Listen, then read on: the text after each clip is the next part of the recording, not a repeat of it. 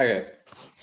I hope everybody succeeded with account creation. Here's mine.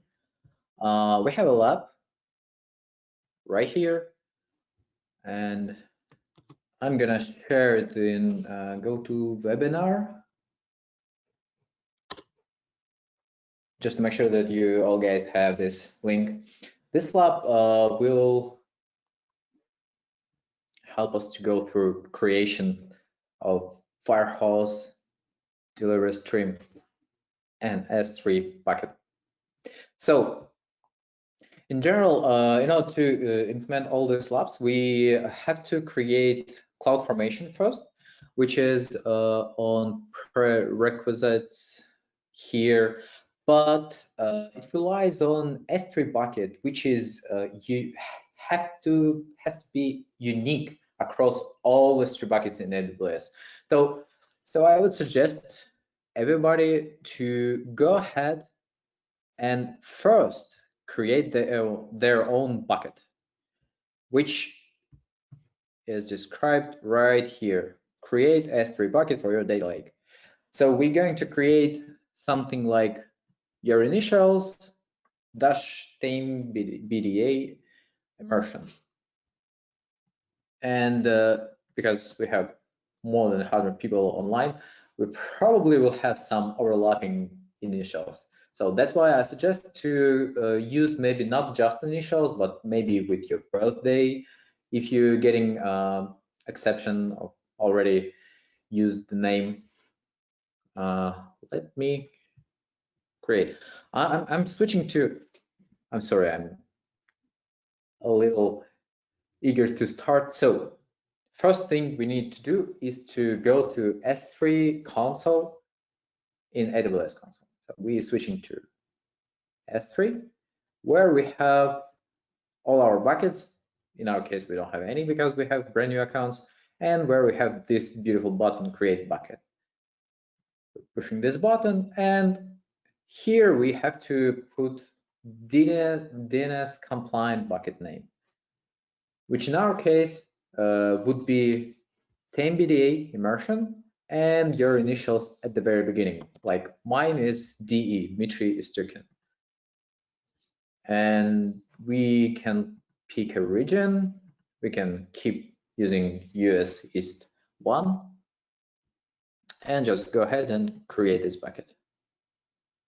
Yay, I succeeded. Apparently my initials wasn't occupied yet.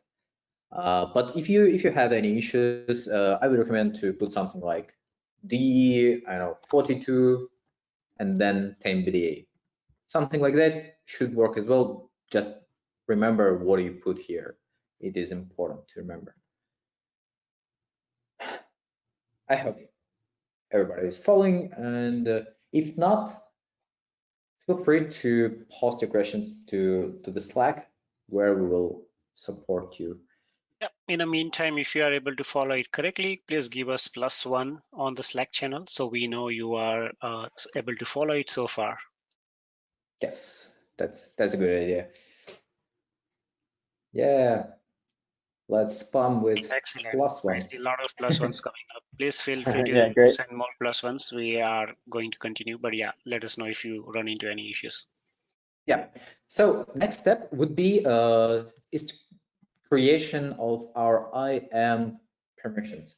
We will do this by deploying CloudFormation template, which is accessible by URL right here. You have to click on prerequisites on your lab on the left and find prepare IAM for services here. Then we just click on this URL, click raw, and save it on our local computer. Then we just go ahead and deploy it. How we deploy CloudFormation template? We go to services, put here CloudFormation, and we find CloudFormation. Click here. Here we're in CloudFormation console where we can create a stack. Stack is a CloudFormation term for basically deployment for anything you're deploying with CloudFormation template. So we're going to create a stack. Our template is ready, and we want to upload this template. Let's go ahead and click it right here. We have downloaded this serverless data lake immersion im cf.json. So let's open it. Okay, it looks good. We can click next. Here we have to put our stack name, something like serverless data lake immersion day im, something like that. And then you put your initials. Remember, we used your initials or your initials and your birth date when you created a bucket. So put it here, whatever you put there, D or the 42, whatever you have. And then we just agree with all defaults. We are not going to dig into all the options here. And we need to acknowledge that this CloudFormation template is going to create some IAM resources. Create stack. And this is going to create all the things we will use throughout all our labs. Yeah. Dmitrii, while the CloudFormation stack is in execution, if you go back to the instruction that we have, yeah, and if you go ahead and click on the introduction, the first on the top. Yeah, and just walk the customer through. So this is the exit workshop that we are running. So if you see right now, what we have done is we are taking on the left side, you can see you have different sources from where we will be bringing the data. And this goes back to the presentation that we had earlier. You could have IoT device or your on-premise.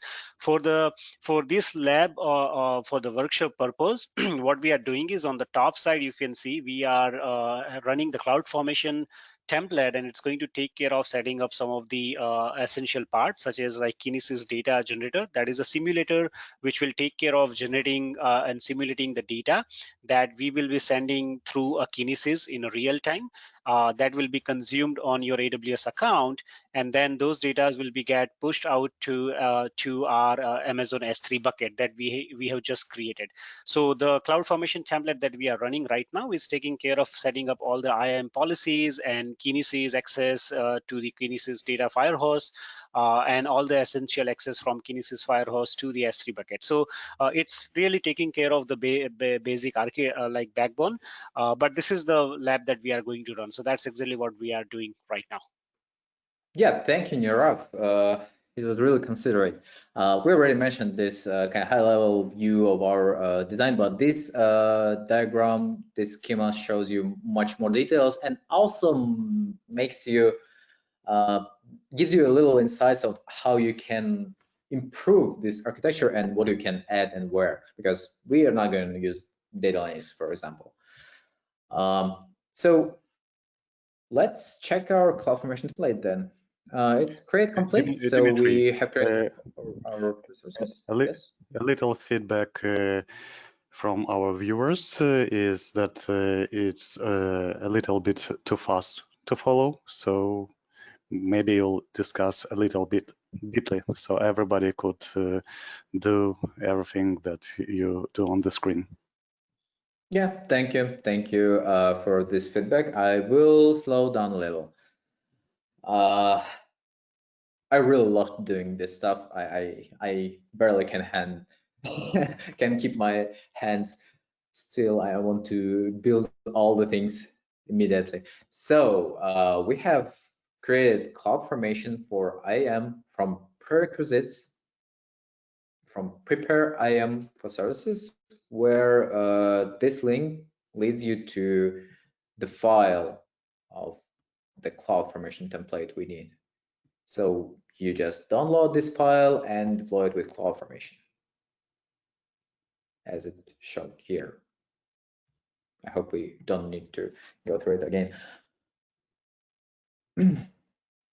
Yeah, I think, Nirav, if we're using Slack, we can use like pluses and minuses on your message, so we could see not only those who can keep up, but also those who need more explanations or just delay. So if you guys if you guys need some more time, just put a minus on the Slack on Nirav's message, and we'll see it and slow down a little. I hope we're good now. Let's go ahead. We have two options here in our first lab. Our first lab is about ingesting data and storing data. We can ingest data in batch fashion when we uploading huge amount of data or some amount of data at one time, and we have all of them in one place, and it's just one-time operation. Or we can do real-time data streaming into data lake, and this is actually where all the fun. I really love this thing, and I think we're going to do it this way. In order to do this, we have to create some kind of generator, data generator, which is Kinesis data generator guide for deployment. Here we have, and Kinesis data generator tool is what we need for data generation. Let's click here on this guide. It will lead us to GitHub, to this doc where we have all the explanations. We don't need them, to be honest. If you're curious, you can read it. If not, then you can ignore them. Important thing to pay attention to is supported regions. If you used different region for your bucket and you're going to use different region, then you're going to have some problems. And I would recommend to switch to another region which is supported by this tool. And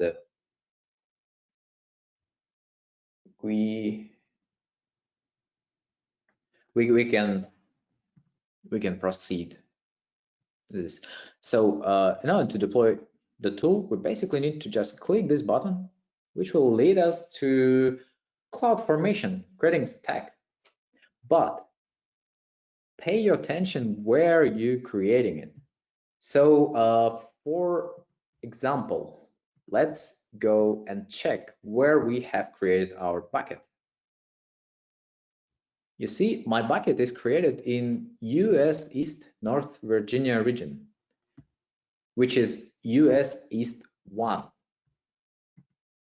And we should change it right here in order to get proper CloudFormation template. It should be the same as the region you have created bucket in. It would be the best performance and in general best experience in the lab. So once you have updated your region right here, after you clicked on this blue button, we can proceed to the next. And I'm getting this error probably because I'm using different region in CloudFormation. This is second important thing. If you see this error, pay your attention to this part, which region you are in right now. And I'm in US West 2, which is wrong region because I have created my bucket in US East 1. Let's switch to this one region.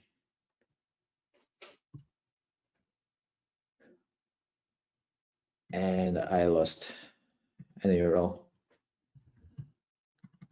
I think we can just copy paste it. Copy paste in right region. Fix region name. This is kind of tricky part. I want you all to pay all your attention here because we are switching back and forth with all the regions and all this stuff. It's kind of error prone part of our lab.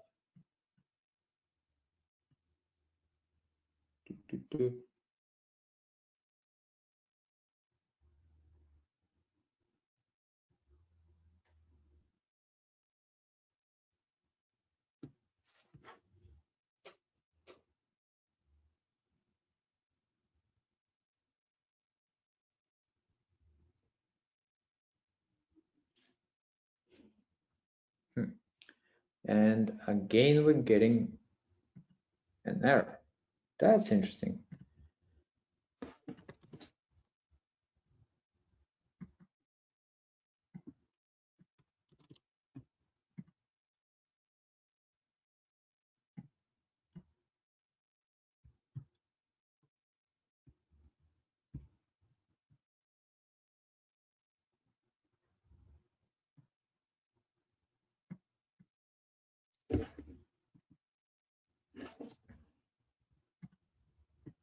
Let's deploy this CloudFormation template from US West 2 to US East 1.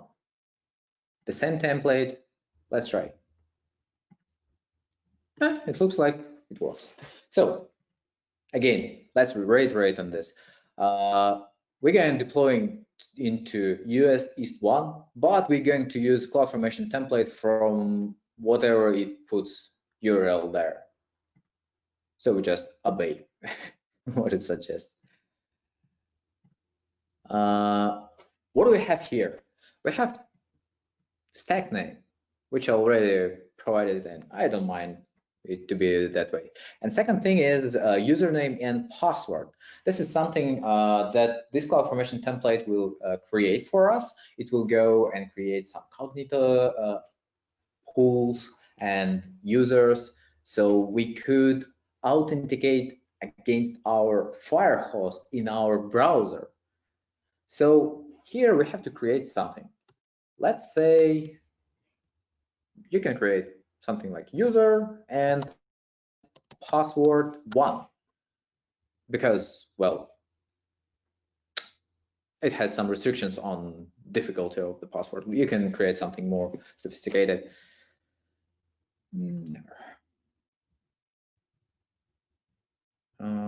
The rest is default is fine. We can allow CloudFormation to create IAM resources again, and we just hit create stack and watch it creating. Let's reiterate on this, just to make sure that everybody is following. We have this option 2 under lab 1, real-time data streaming ingestion into data lake. In this option 2, very first step is to install Kinesis data generator tool. We have instructions for this on this link, KDG guide in GitHub. You click on this link, you're getting to this page where there is a blue button, create a cognito user with CloudFormation. You just hit this blue button.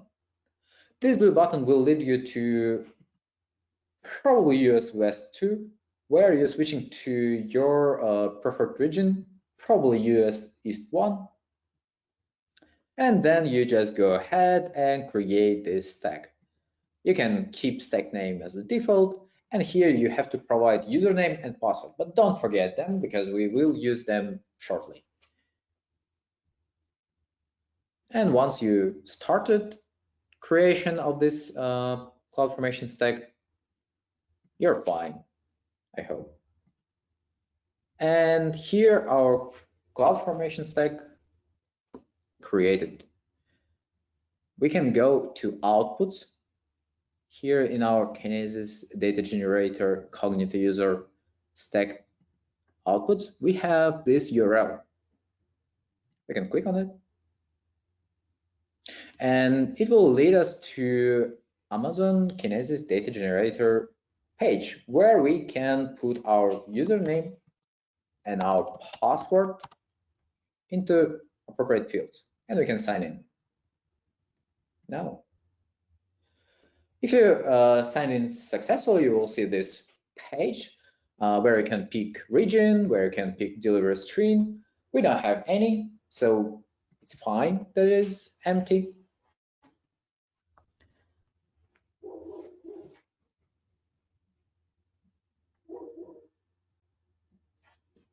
Just make sure that you have logged in there successfully.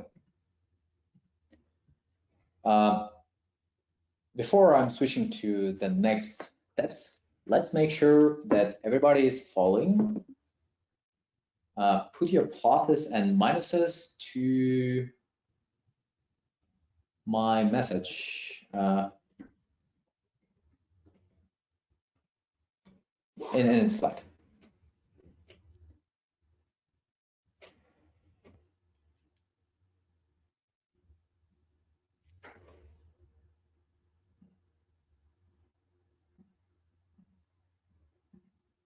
I really want to see your pluses and minuses.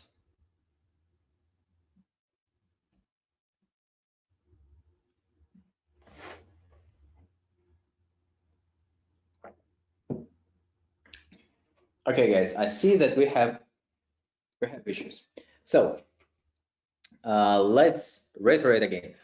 Pay your attention. This is tricky part, real tricky part, maybe the trickiest part of all. So let's go ahead again. We have these steps.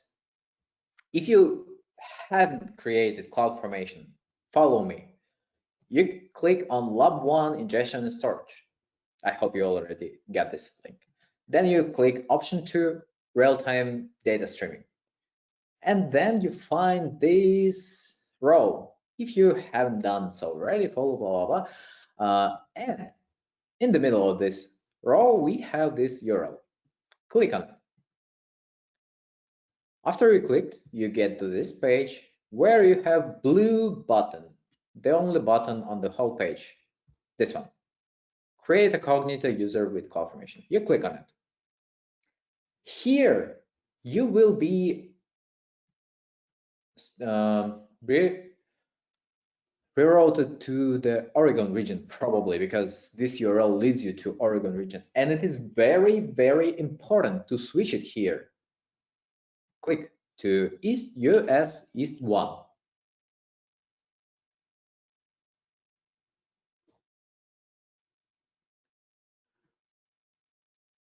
And once you have switched to US East 1, do not change anything. Just go ahead with this default. On the next page, you will have to provide stack name and username and password. And just for the viewers, I do see some of you are still facing some challenges with this one. We apologize for that. In the interest of time, if you are following any of these issues, what you could do is there is option 1 on the same page. Just to short for move forward, you can also follow the option 1, and what it does is basically set up a Cloud9 environment in your account, and it takes care of copying the data from a publicly available S3 bucket to like your S3 bucket. So in case if we are running behind or you are having some challenges running the CloudFormation template, Dmitrii is sharing the option 1. You can even follow that option 1 to just keep that Kinesis part, and that will also help you at least set up get you guys ready for the second part of the lab as well. Okay, yeah, thank you, Nirav. This is a good idea.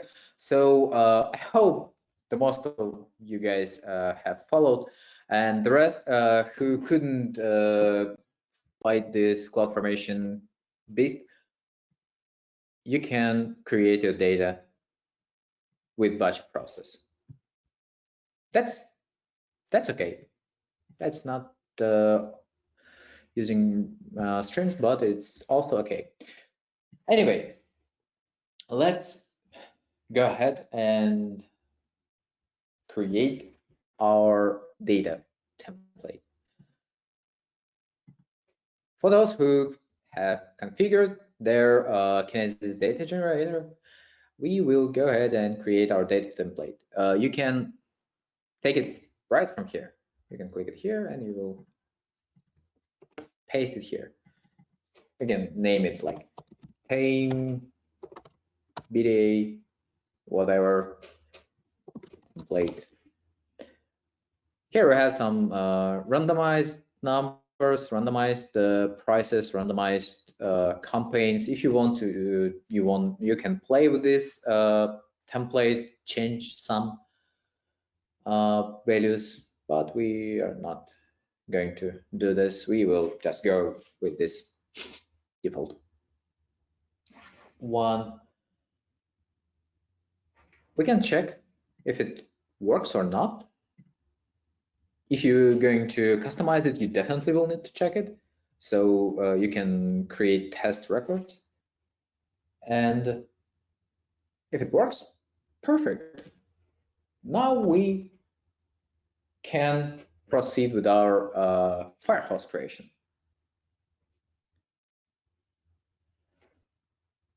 In the lab, we have this this time we have to create our bucket, but before we have created exactly this bucket, so we don't need to proceed with this step. Let's proceed with create Kinesis Firehose delivery stream to ingest data. We can copy paste this name just to follow the guide. And now we're going to Kinesis. How we do this? We searching in sources in AWS console for Kinesis and click on it. It gets you to Kinesis console where you have options to create Kinesis data streams, Kinesis data Firehose, or data analytics. We're going to use Firehose today. We already have discussed the rest in theory, and if you're really curious about it, you definitely gotta check out streaming data platform. Let's go ahead and create delivery stream.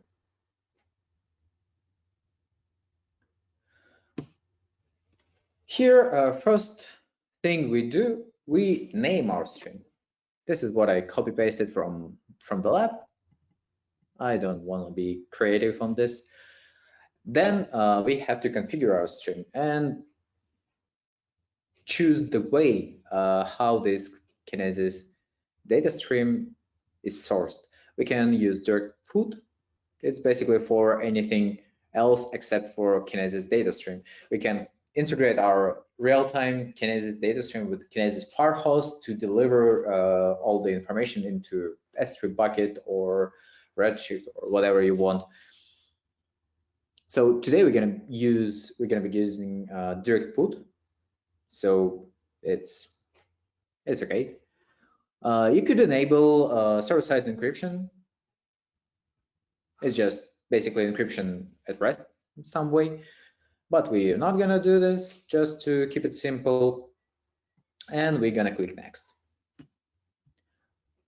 On the next step, we can define interesting things, interesting stuff. We can do this. We can transform our data. Right in Firehose, we can invoke AWS Lambda, some Lambda, and this Lambda could make some transformations on flight. Or we can convert our data on the fly. We can convert it into Parquet or org and do other stuff. We are not going to do this. We're going to keep it simple. Our Firehose is going to be really, really simple, just ingestion way. Click next. And here, after we have our data sourced and processed, we can choose where we want to put it out. We can put it into S3, Redshift, Elasticsearch, or HTTP endpoint, which I find really powerful. Basically, AWS gives us ability to do whatever we want with this data, or some third-party integrations, which is really nice to have. Datadog, Splunk, something people usually use for their logs, metrics. If we are choosing S3 bucket, we basically have to pick which one. This is our previously created.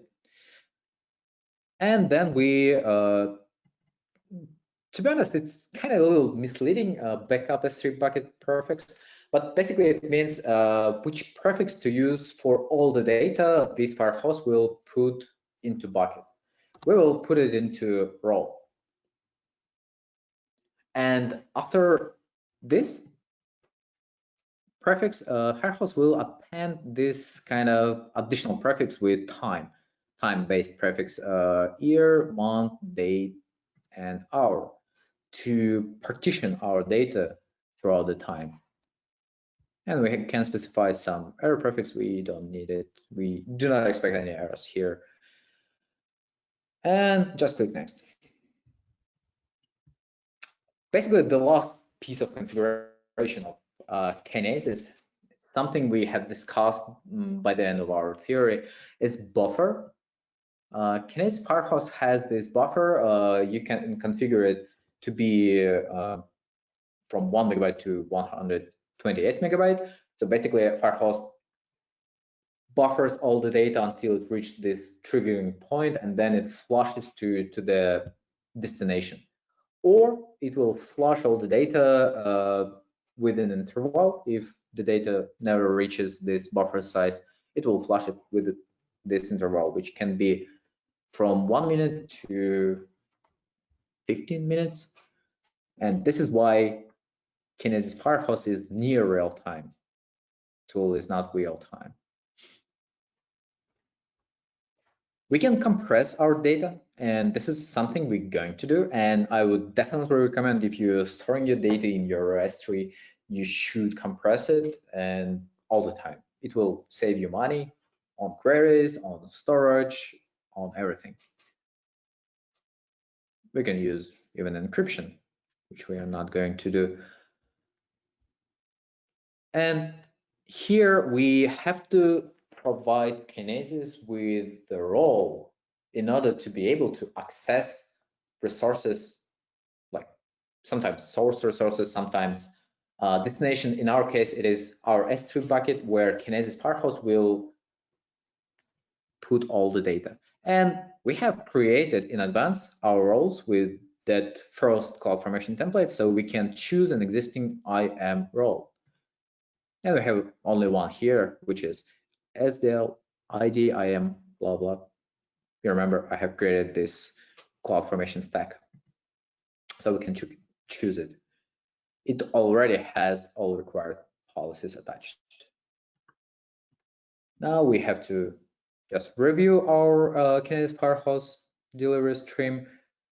We're creating this name. We're using direct put, which enables us to send the data from our browser. We don't use any transformation or encryption. Destination is our S3 bucket created previously with this prefix, and we're going to buffer up to 1 megabyte or within 1 minute. All the data will be zipped. Okay, looks good to me. Let's go ahead and create it. So it will take a little time to provision, something like 20 seconds, I believe, or so. And meanwhile, we can check our next steps.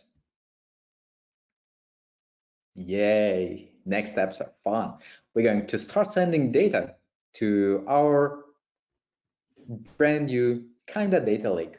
It's not real data lake because we don't have any data catalog on top of it. We don't have any consumption data, any transformation. We have only storage, but we're going to start streaming data into the storage, which is already cool. Let's check. Yeah, it's active.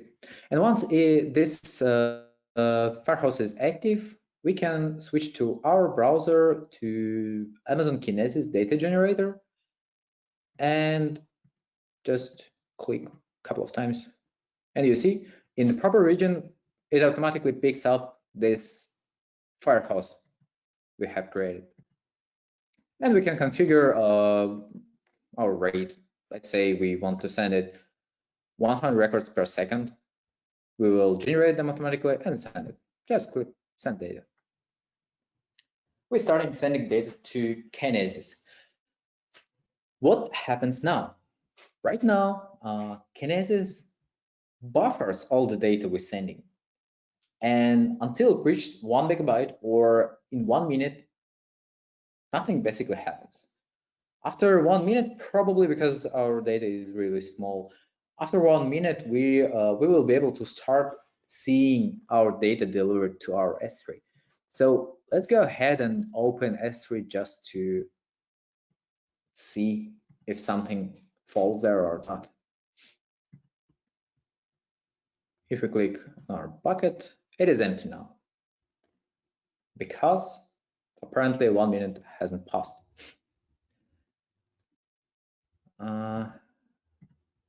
Give it a little time.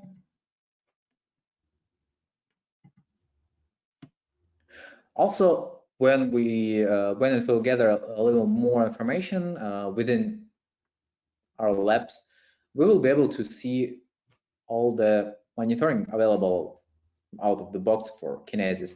We'll be able to see how many data we're receiving, how many requests, how many success or errors we getting when we delivering to S3. This is nice to have features. You don't have to provision any monitoring solution, and you have everything created for you in advance. And boom, we have our data. If we go there, you see Kinesis Firehose has attached this prefix, date-based prefix. So today is 2020, unfortunately. Today is September 09, and today is 2nd. And right now it is apparently 18 hours UTC. I'm not sure, but probably it is. And if we click in it, we see that we have this exit archives of data delivered by Firehose. If you got to this point, I can congratulate you. You have created your first little data lake with streaming data ingestion. And this is something we will build on top of in our next labs, where we will work on this data, we will transform it, and we will visualize this data as well. So we will have all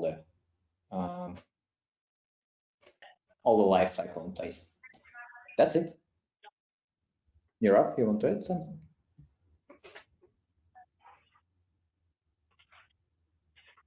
Yeah, great guys. Patrick here. So Okay. again, looking to kind of accelerate the timeline here. We had initially allocated a 15-minute break. We're gonna cut that down to a 5-minute break here. Give everybody a chance to grab a cup of coffee, quick bio break if you need to, and then jump into the next section here. So if we want to throw that up on the screen, I think we can give everybody 5 minutes. But after this break, we'll be jumping into data cataloging and ETL processes, followed by another hands-on lab there. So we'll have a brief talk, hoping to contain that by about 30 minutes, and then we'll jump back into another lab, making sure that everybody can get their hands dirty and dig into the content there. So. Thank you, Pat. So our break is starting now.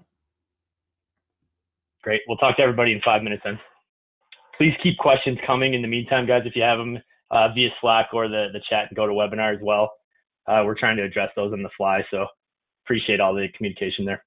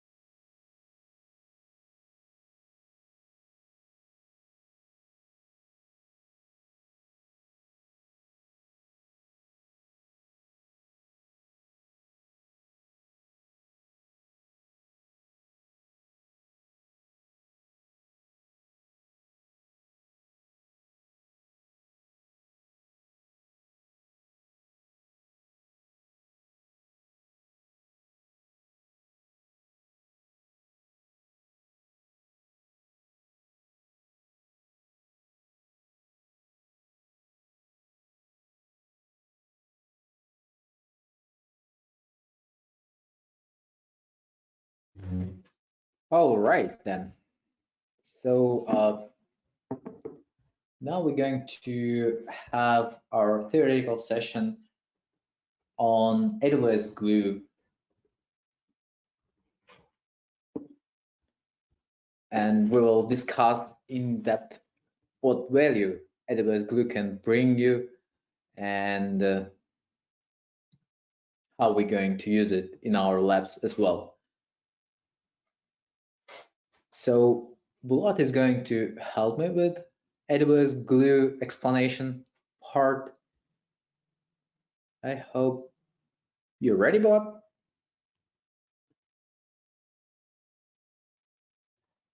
Yeah, Dmitrii, sure. Hello, everybody. Would you like to share your screen, or I can keep sharing mine? It's better to share your screen, so please share. Okay, sure. So give me one little second. So we already have what we already have done. We have created a stream, Firehose data delivery stream, which ingests our data generated by our generator. It can be whatever you want. If in a real-time world, it can be IoT device or whatever. And we ingest those data into S3 bucket. Now we need to catalogize this data. We need to make start making sense of this data. We maybe want to play around with this data, and this is something I believe AWS Glue is capable of doing. Before we jump on AWS Glue capabilities, I'm really curious if you already have AWS Glue in your company, if you use it in any way.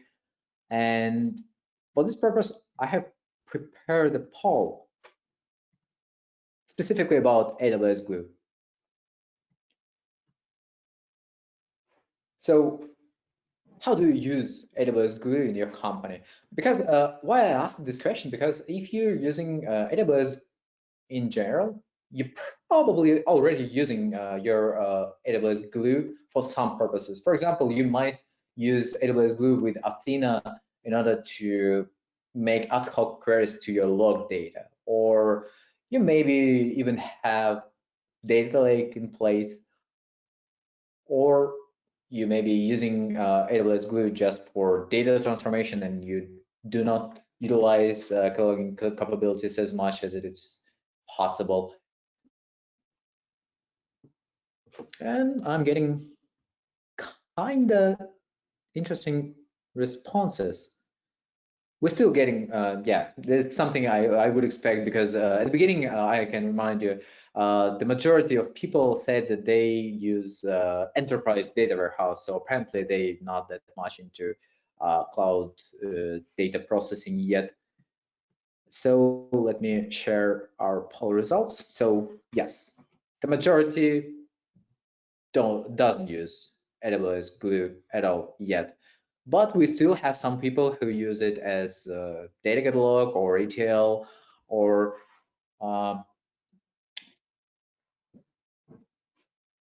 some interactive environments. So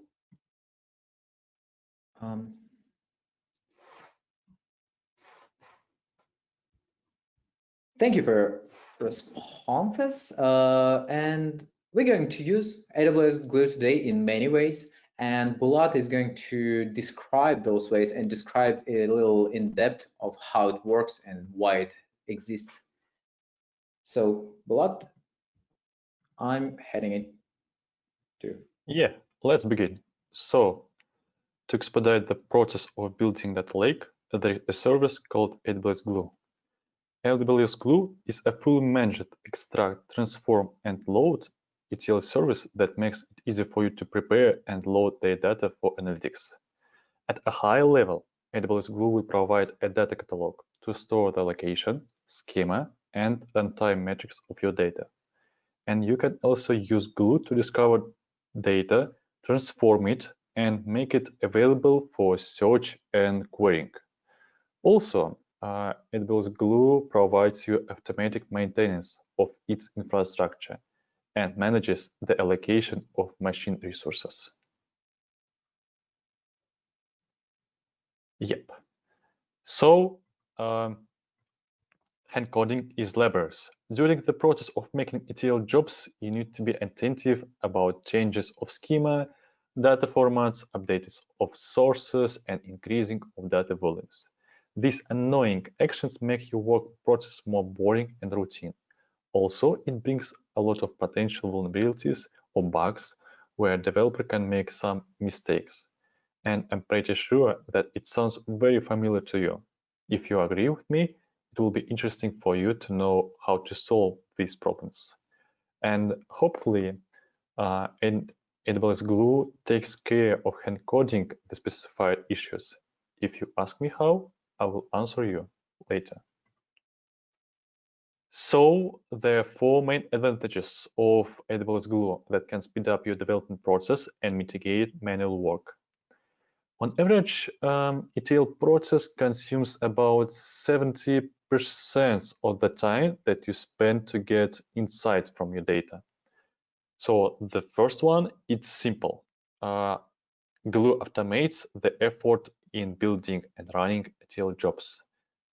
In other words, it mitigates the pain of maintenance such jobs. The second advantage is being integrated with a wide range of AWS services.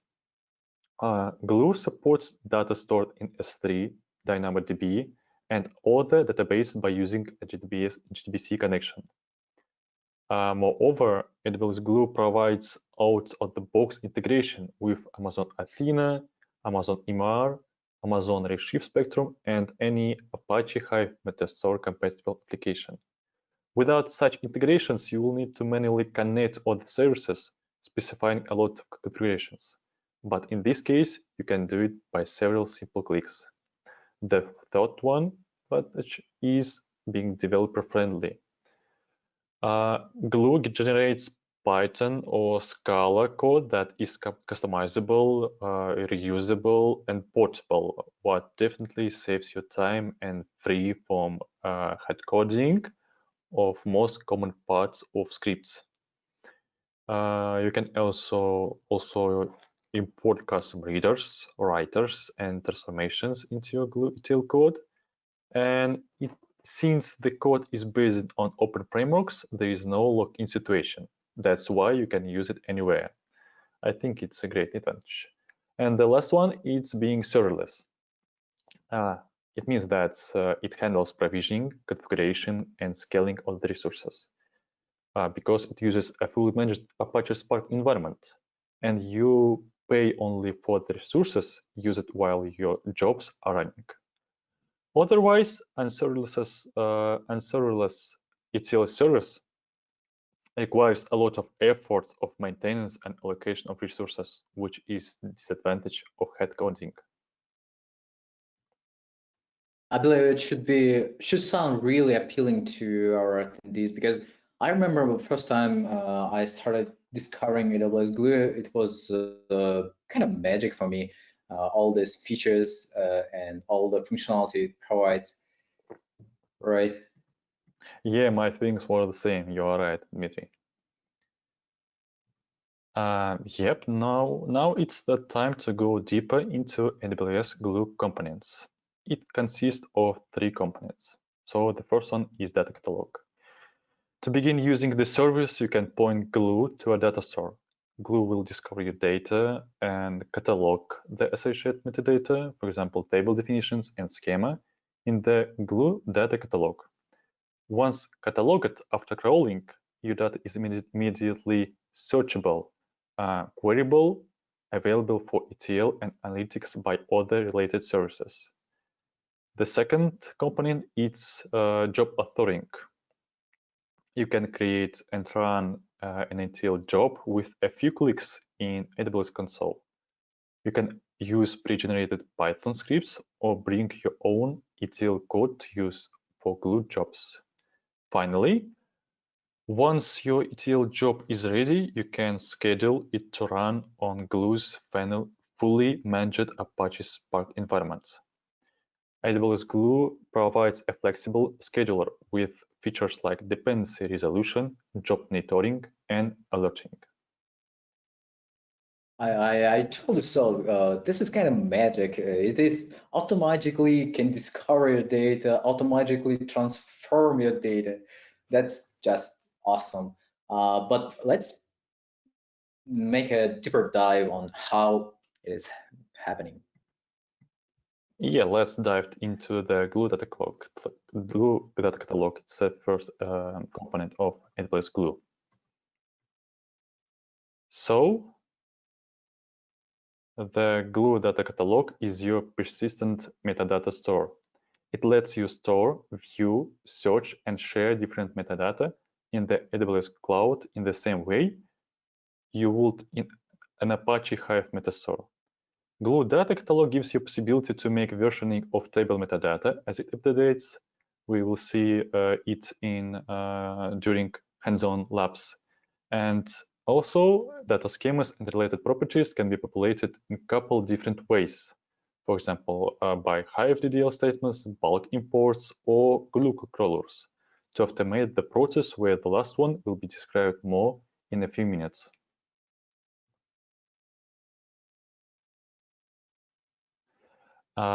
Glue gives you the ability to catalog across various different data sources.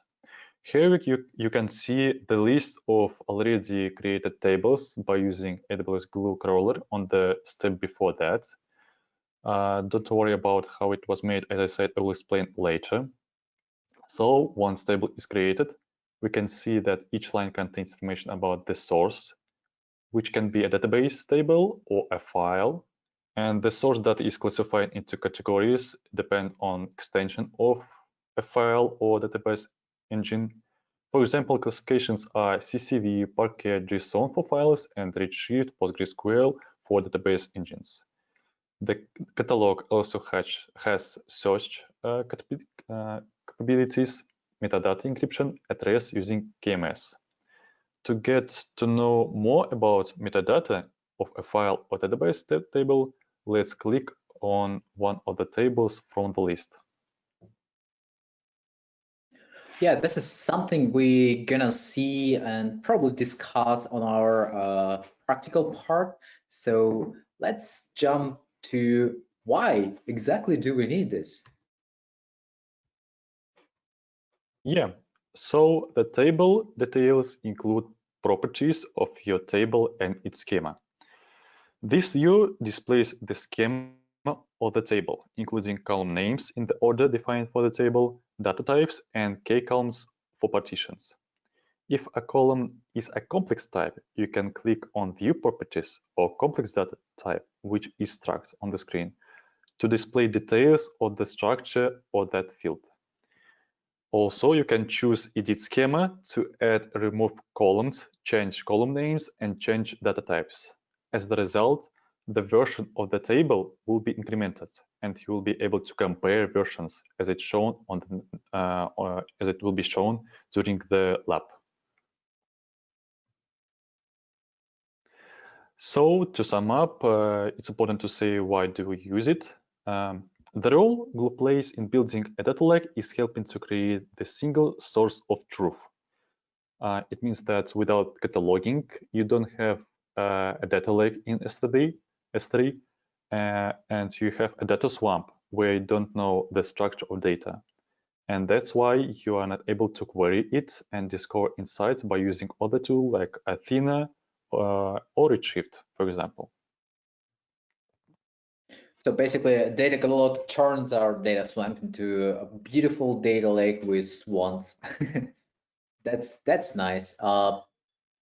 Would you mind to undercover what is going on, how we can automatically discover our data? So, yeah, sure. Because Yep. Go ahead. Sorry to interrupt you. Go ahead. Yeah. So yeah, sure, I can tell you about that. I can tell you about that. And in this case, glue crawlers can help us to make automatic schema inference. Let's go to the next slide. I will show you more details. So AWS Glue lets you to set up crawlers that scan data in all kinds of repositories, classify it, extract schema information from it, and store the metadata automatically in the mentioned AWS Glue data catalog. From there, it can be used to guide ETL operations. Glue crawlers do this by comparing the dataset to a set of classifiers to determine the format and structure of your data. Glue crawlers are serverless, as the whole AWS Glue, meaning you don't have to manage any infrastructure and you only pay when the crawlers are running. When a crawlers run, they scan your data and compare it to a set of classifiers, which detect type and extract schema. You can provide custom classifiers and they run in the order that you specify. But if no custom classifier matches your data schema, Glue's built-in classifiers try to recognize your data schema. Also, you have control over how the crawler adds, updates, and deletes tables and partitions. Then, after crawling, grouped data will be filled to the Glue data catalog, the final place of schemas and all the metadata information.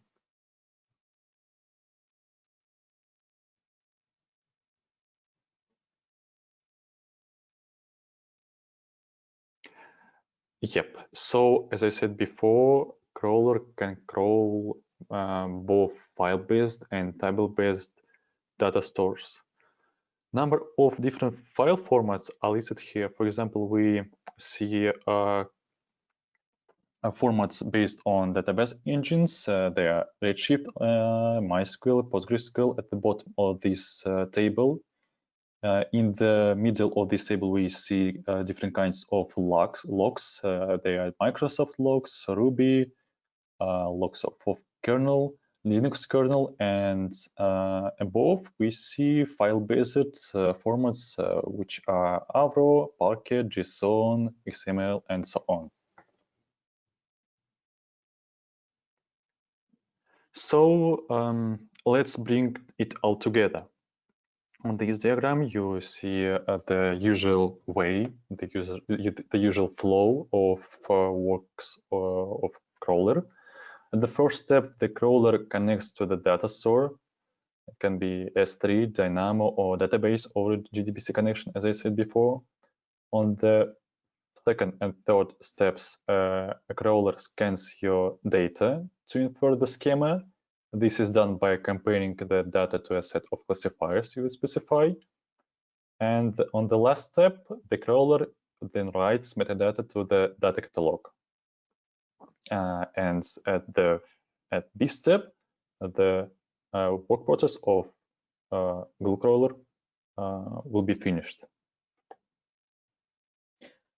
Okay, so it seems like we have kind of 2/3 of our picture. We got this data discovered, classified, and we got this data into our data catalog. But we also can do some magic on this, right? Let's go and check out our transformation jobs. Yeah, and this magic is called Glue transformation jobs, as you said. So let's dive in.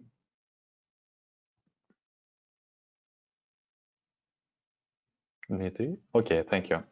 So using Glue, we can also automate the ETL process. In other words, it consists of 3 words like extract, transform, and load.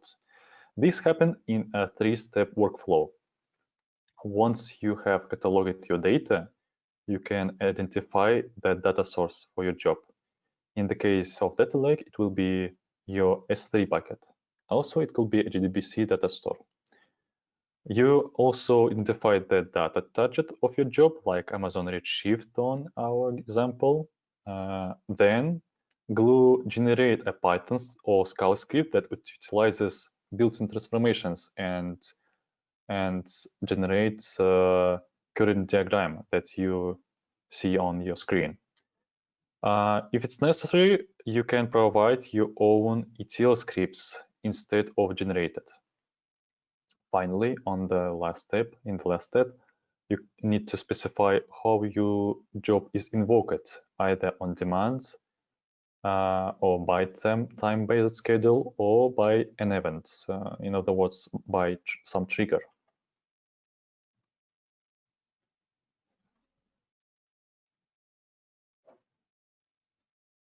Dmitrii, please. Yeah, I think we have a little lag between my switching and appearing on your screen. So I'm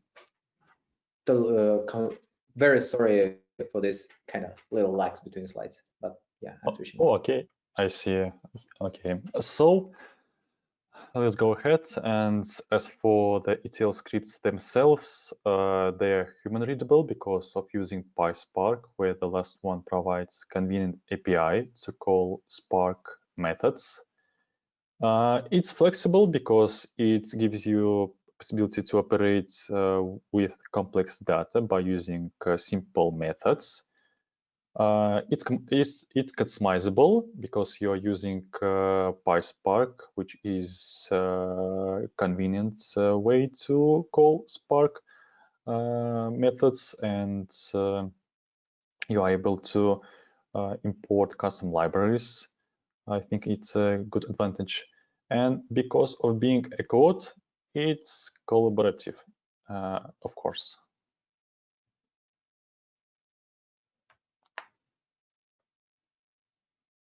Yep. So both AWS Glue and Spark have temporary data structures to operate with the data in the runtime during transformations. According to Spark, it's a data frame. Regarding Glue, it's a dynamic frame. Data frames of Spark has similar functions to tables, but they have limited functionality when they require a schema on write, which should be specified before data is loaded or any ETL can be performed. To address this issue, team from AWS introduced the dynamic frame data structure in Glue. This data structure, dynamic frame, is similar to data frame, but each record is self-describing. So it gives you some advantages. For example, there is no schema required upfront, and Glue can infer a schema on the fly. By this way, you can free yourself from unnecessary actions by using dynamic frames from AWS Glue. I think it's a nice advantage. Here we can see the comparison of second version of Apache Spark and AWS Glue. We see that dynamic frames, they are better than Apache Spark's data frames because the difference of how AWS manages task, it assign a group of files per one task, and in opposite situation, Apache Spark, the first version, it has one task per one file. It's interesting question if you ask me what about the third version of Apache Spark. If anybody want to know the answer to this question, I will give you it further. So, by the way, let's go ahead. So, during the executing jobs and investigation of results of these jobs, it's important to know some metrics and get notified about alerts or some unexpected situations. And AWS Glue gives us metrics of transformation jobs. It allows us to see history of jobs to track pipelines and be notified about such unexpected situations, and moreover about how would say successful situations, successful accomplished jobs.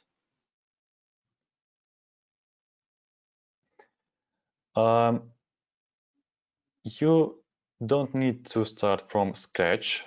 I think it's a familiar situation for most of developers. When you dive into some framework or tool, you feel alone and you need some support from the community. And in this case, guys from AWS, they made these supports by providing you some scratches from some samples of code that you can find by following a link on GitHub. I think it's. I'm sure that it's good supports, good reason to start to dive into AWS Glue immediately, and without any annoying feelings. Yeah, that's always nice to have some examples because when you're starting utilizing new technology, you're always wondering how to do this, how you do all the configuration, what is all the possible options, and it's really nice to have these samples to be ready. And now I have a new question for audience. As we discussed, AWS Glue allows you to make some data transformations. And I'm curious, how do you treat your data right now? In what steps, what processes you have for your data transformation? So I'm starting a poll on this. So we have 4 options here. We have batch ETL processes. So let's say you're getting all the batches as we discussed in previous polls, and you just consume them once at a time and spit it out to your data warehouse. You can have continuous transformations of streaming data. This is something we could enable on Firehose. You remember there was an option to add a Lambda to transform your data on the fly. You might even use real-time analytics where you're getting insights right from your data, right from your stream of events, and you use them right away without even storing this data in your data warehouse or data lake. You just use them immediately. Or you maybe use on-demand custom transformations. It can be something about data science when you have some raw data in your data lake and you don't have any structured pipelines. You're just playing with your data, and this is your main use case, main case of transformation. So I think we have some responses. Let's see results. Oh. Okay, I hope you see it.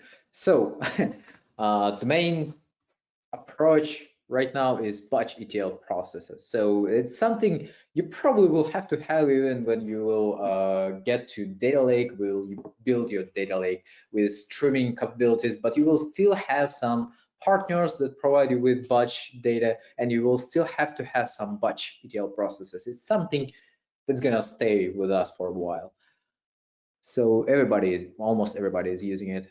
And of course, we're using data, custom transformations for data science.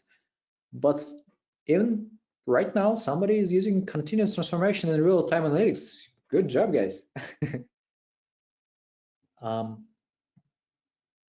So if you wonder how you can do all this real-time analytics or streaming transformations or whatever we're talking about here, like data lakes through their data lakes and all these things, you can check out our streaming data platform, as I mentioned, validated by AWS solution provided on AWS Quick Start, and it's something you can start deploy to your environment and start trying using it, evaluating it, then you can call us, text us, and we can help you to improve your data lake or deploy it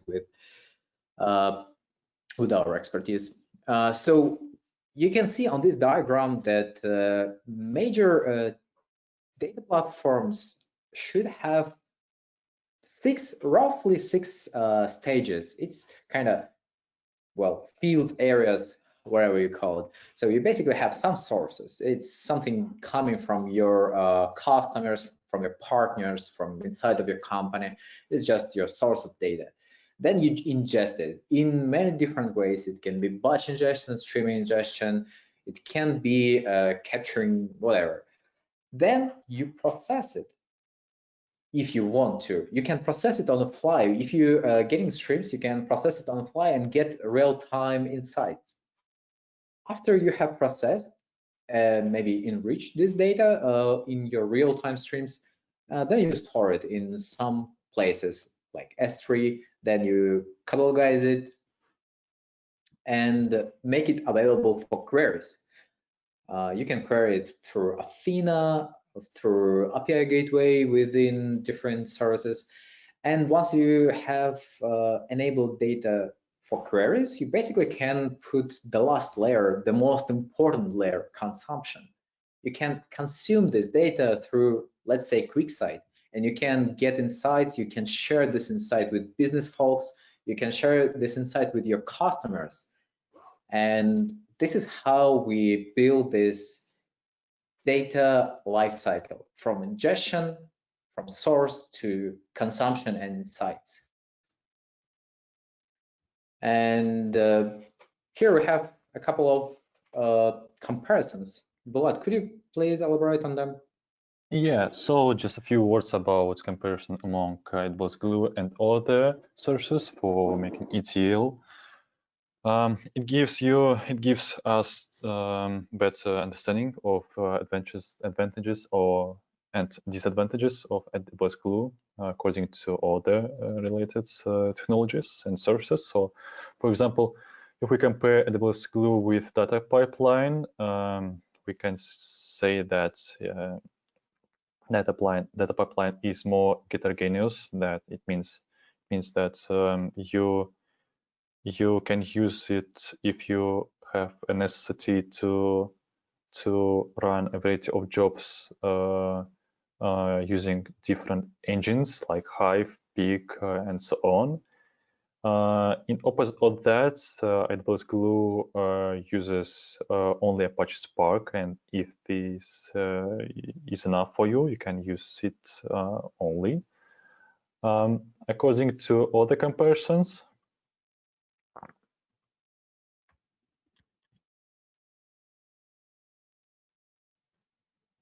there is Kinesis Analytics, which is more simpler than AWS Glue because it uses only incoming data stream as input type of source data, and it supports only simple transformations called like mappings, when you can rename your fields and so on. And if these transformations are not enough for you, you can use AWS Glue, which gives you more complex transformations, which we'll describe during hands-on.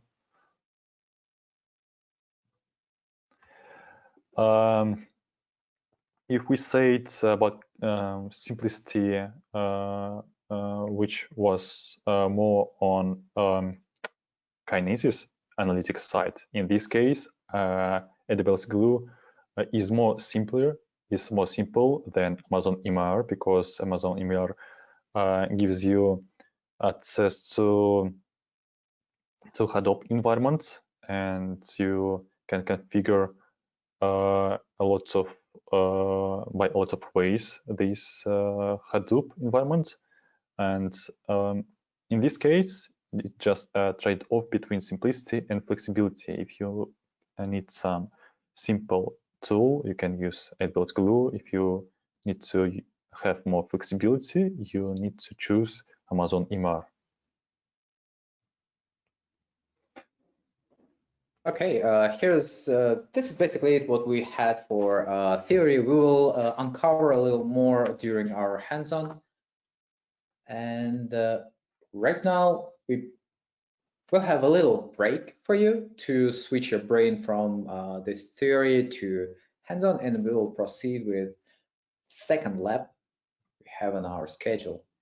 So let's make I suppose to set small break because we need to go faster. I think 2 minutes are enough.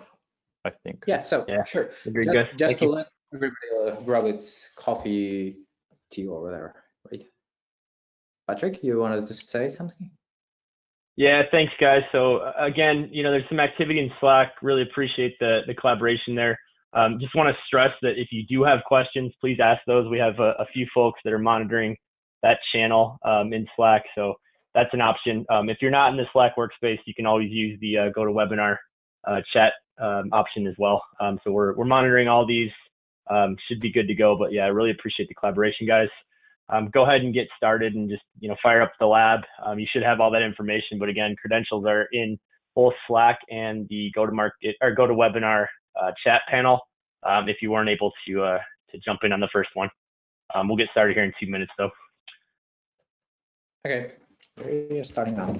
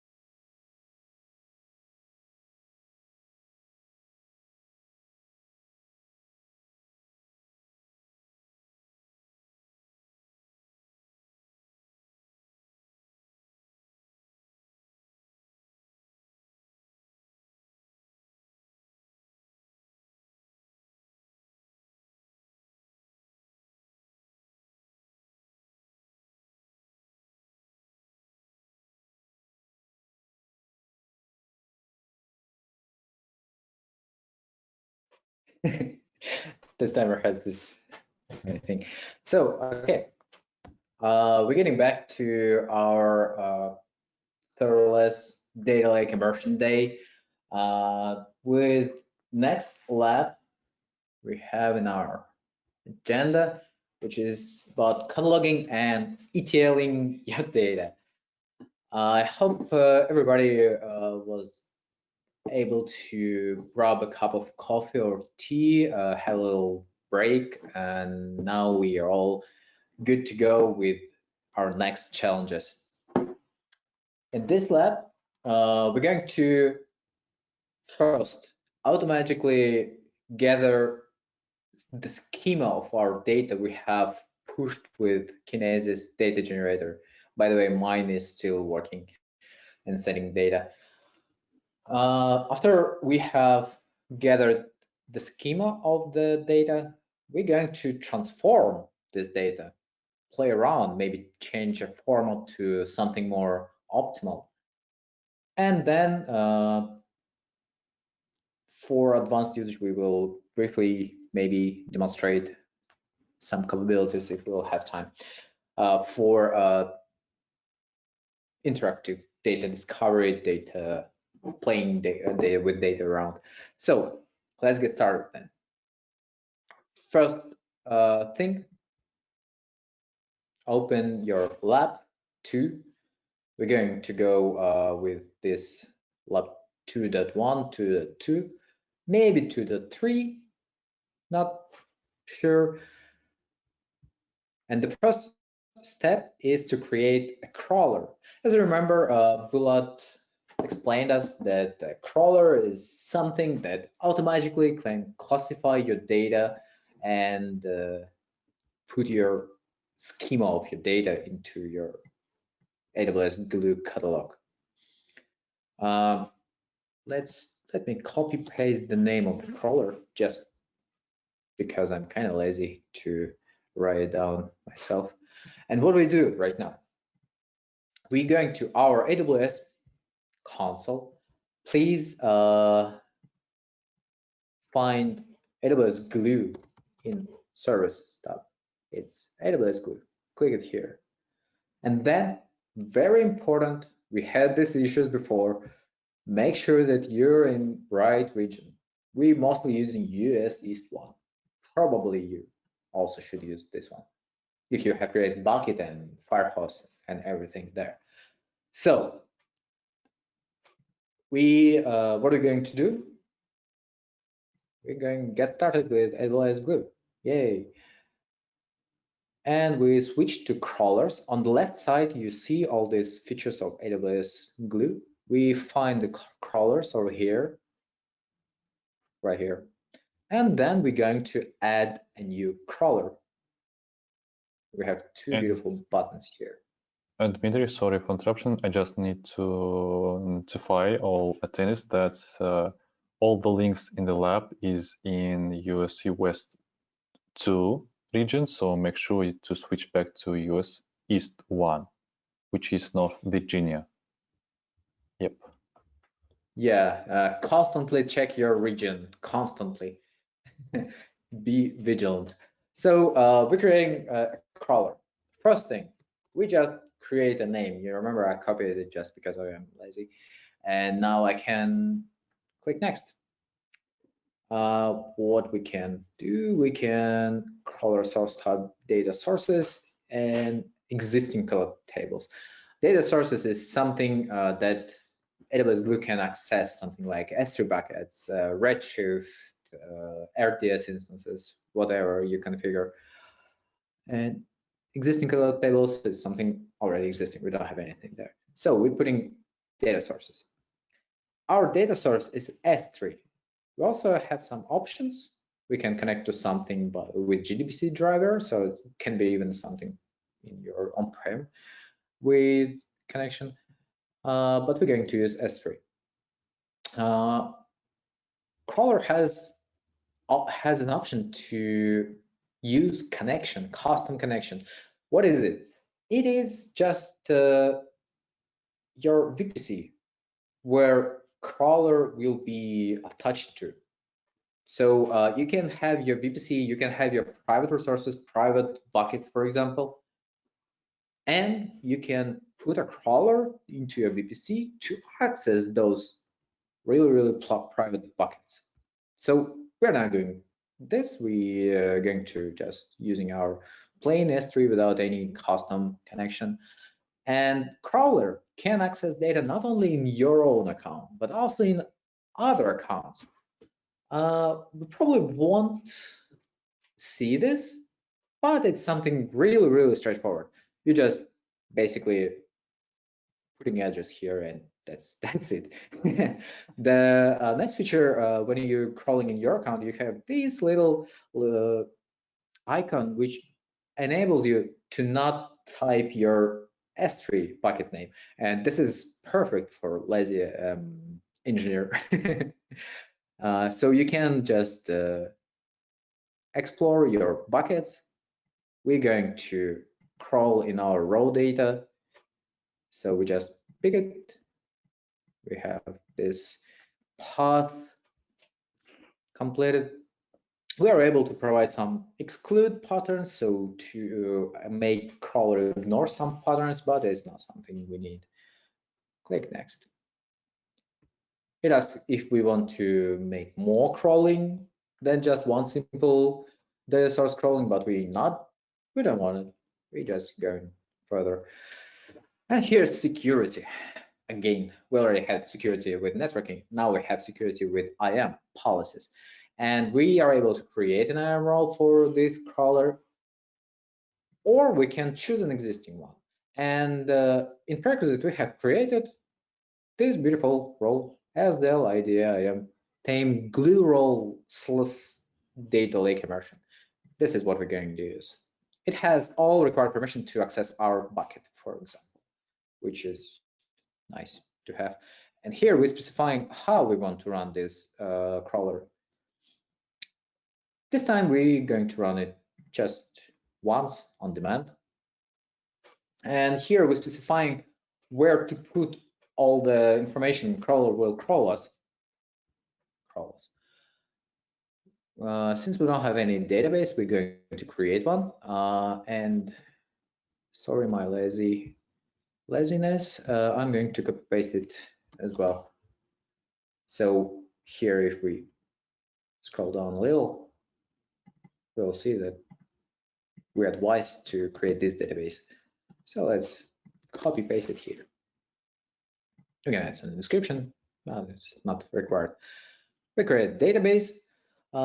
This database doesn't mean a lot. It's just metadata record in AWS Glue metadata storage. It's not real database with real data in it.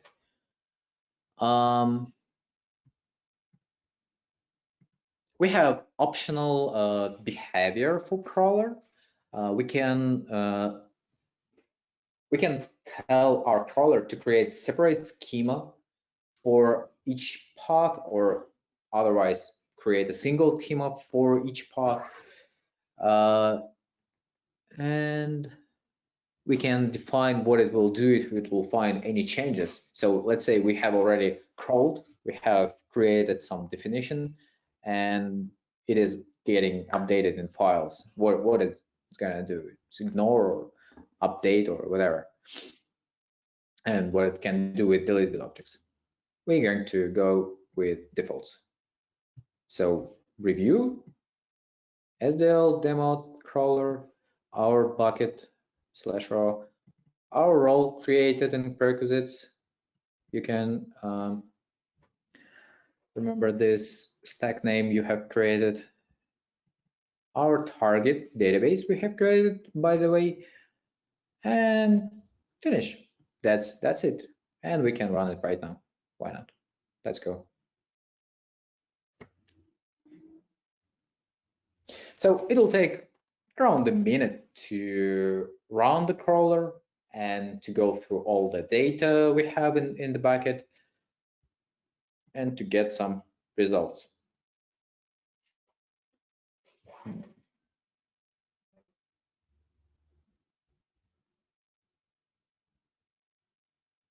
While it's working, meanwhile, just I wanted to say that while it's working, you have a time to finish your part of work and go simultaneously with us. Yep. And for the rest of us who has completed all the things in sync, we can discover something interesting. Let's say classifier. What is it? Classifier is something a crawler uses to structure data and define what the schema is. You can create your own classifier, and then a crawler will use it first, and then if your pattern won't work for some reason, it will fall back to all the standard classifiers it has under the hood. So you're able to create different kinds of classifiers. You can create CSV with different delimiters. You can create JSON classifier. You can create grok for log parsing. Really powerful thing. And what is going on with our crawler? It's still going, right? I think it should be, yeah. So it's finished, basically. It's stopping, and you see this one little one is something we expected to see. This tells us that crawler has created a table. Let's find out what is it. If we switch to our tables, under database we have tables, we see the table raw. This is something we expected. Let's find out what is it inside. Inside of the table, we see all this interesting information about our table. We see sizes, we see number of objects, we see the crawler who created this table, and we see how this data is compressed in our S3 bucket. And also, the most interesting part is we see the schema of our data. If you open your if you open your code generator or lab, whatever, you can check that we have all these fields: product name, color, department, product, and so on. And this is what crawler found: product name, color, department, product, and so on.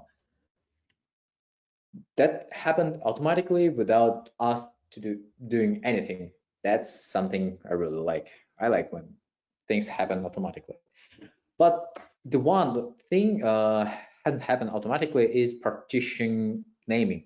So the crawler was able to realize that we have this partitioning schema where we have year, month, day, hour in our path to the files, but it couldn't realize what exactly it is. So we should tell our glue manually what is it. And we can do this because we can edit our schema anytime. So just edit schema, and then as simple as just clicking on the field, you can change field name. And the last one is hour. And now I'm saving.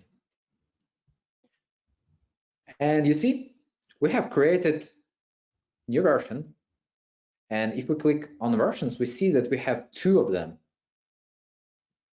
because we didn't forget what we had, and we can compare our versions. We can see that I have removed this partition 0, 1, 2, 3, and I have added partition year, month, day, and hour. This is a nice way to see changes in your data structure. If you enable your crawler to update your structures automatically when your data is updated, then it will create automatically new versions, and you will be able to go and check what changed. Nice feature. Very, very useful.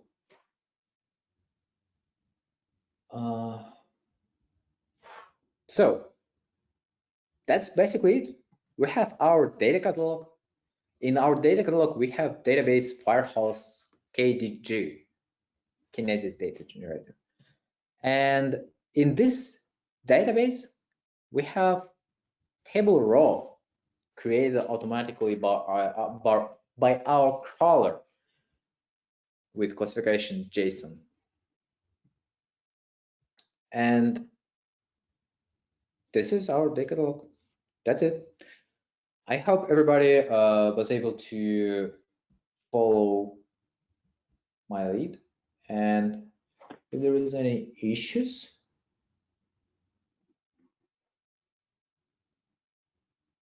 please put your issues to the Slack. And I see that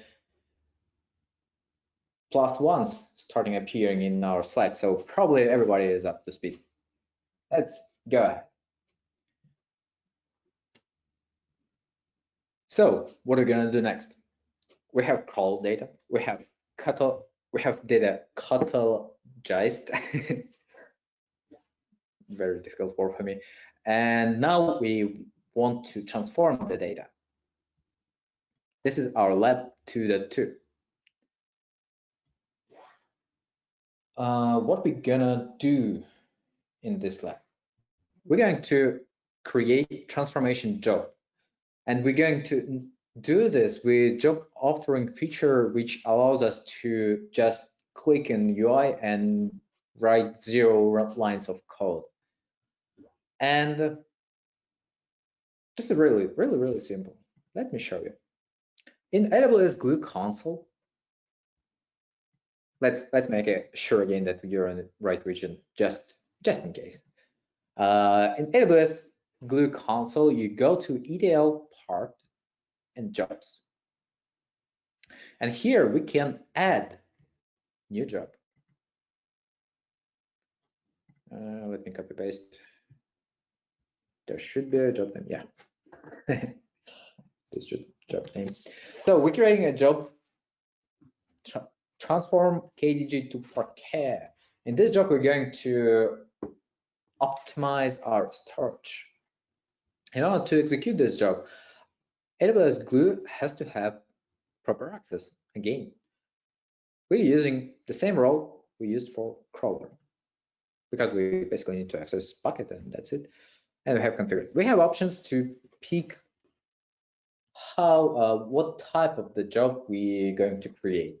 This time we're going to use Spark job, but you see there are options, different options.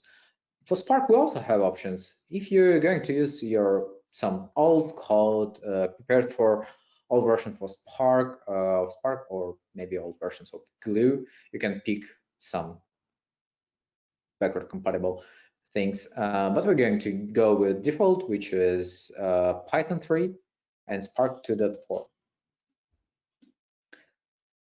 This job runs, it can run various options. It can be proposed script generated by AWS Glue. This is our option because we don't want to write any code. And also, we can provide a script already created in advance. Or we can create a new one. We're going to use this proposed script. And this is an interesting thing. When we're using proposed script, AWS Glue will create this script. We will create a Python file with this script, and it will store it on the bucket. Let's say we want to have a centralized repo with all the scripts we use. Let's create a folder in our bucket and do not use for this temporary bucket for scripts storage. Now to do this, we just go to S3 console. You probably will see it in your history on the left side when you click on services, so you don't need to type anything. In S3 console, we're going to our bucket and we're creating a folder. Let's say it's scripts ETL. Save and create a folder. Perfect. Let's head back to our job configuration and we can pick freshly created folder here. So once AWS Glue has created this script, it will store it in our bucket. And this is nice to have when you're developing in team, when you want to collaborate, you want to have some centralized repo, definitely. And we have some advanced options for job, and this is something I don't really know why it is advanced feature, because job bookmark is something crucial for a proper ETL job, which continuously runs on ever appending data set. So I believe we didn't discuss job bookmarks yet. We probably will talk about it a little later during our code, but in 2 words, job bookmark allows AWS Glue job to not work on data which already has been processed in previous job runs. So it will run incrementally on only new data that coming.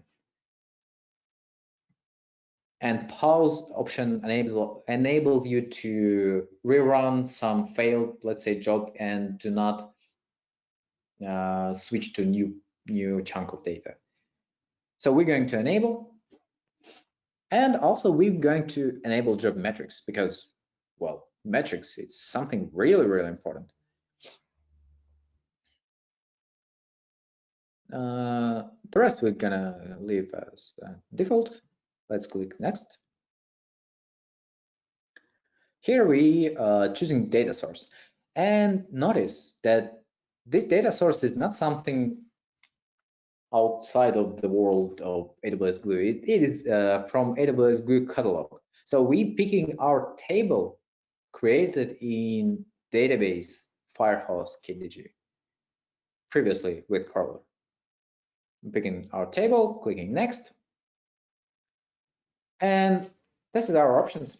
What we can do, we can change schema, we can find matching records, but we're going to do change schema. Okay, click next. Where we want to output our data, we want to create, because you remember we what we're going to do, we're going to reform our data from JSONs, from compressed JSONs to Parquet, which is much more optimized columnar-based format. So our target is going to be S3, and format is going to be Parquet. Again, connection, you remember I talked about it well before, and target path. We're taking our tame BDA immersion, and we can put, let's say, Parquet here to separate it. And click next. And here we can do data transformation without single line of code. We just can drop fields, we can rename fields, we can even make some, I believe, data types even changes. As our law tells us, we want to drop color. I don't know why we don't want color, but we don't want it. We just click here on the cross, boom, and we don't have color in our output. And also we want to rename our couple of fields. We want to rename dates old until into date until. Date until. And dates old since we want to rename to date start. Boom. Did you see that? I just transformed the data without any anything, doing almost anything. I just click a couple of times and boom, I have a different schema. That's just magic.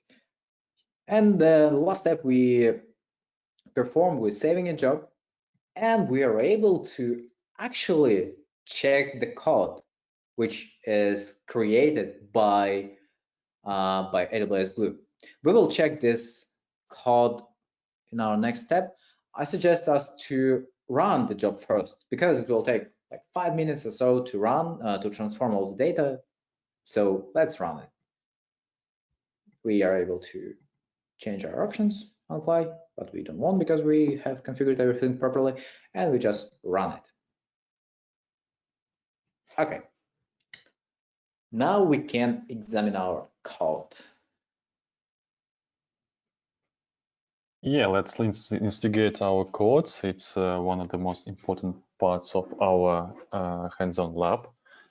So in this code, we see that first 6 lines, they are usual imports of different libraries for transformations, for creation context, which is created on the 11th, 12th, and 13th 14th part, 14th lines. Here we create context of Spark of Glue, which is working on the top of Spark.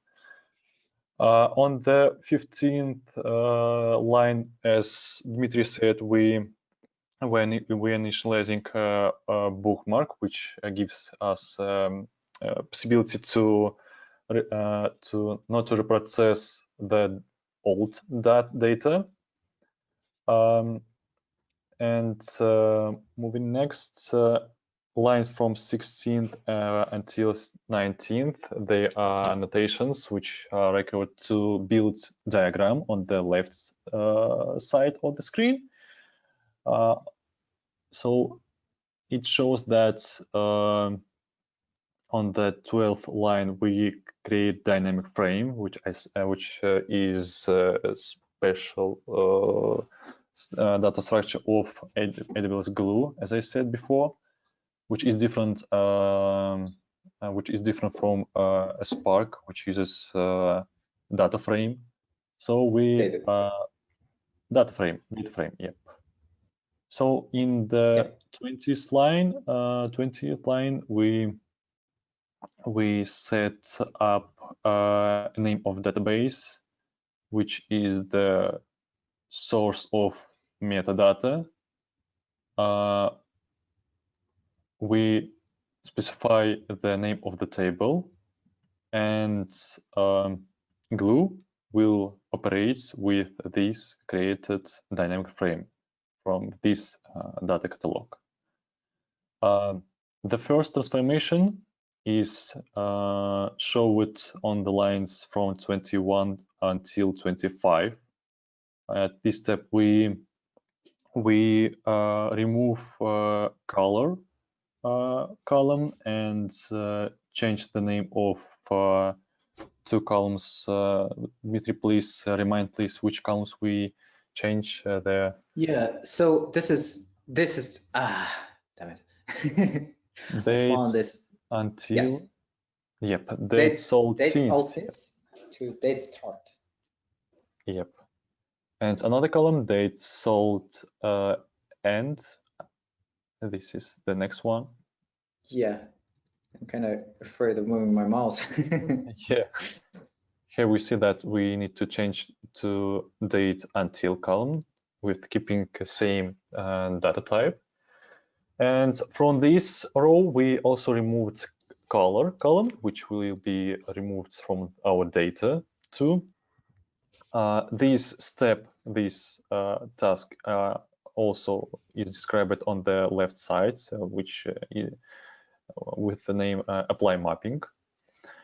The second transformation method is resolve choice. It's an interesting method that allows you to resolve an ambiguous data type called a choice that is created when Glue cannot infer data type from classifier. For example, if your column has on the same time two types of data,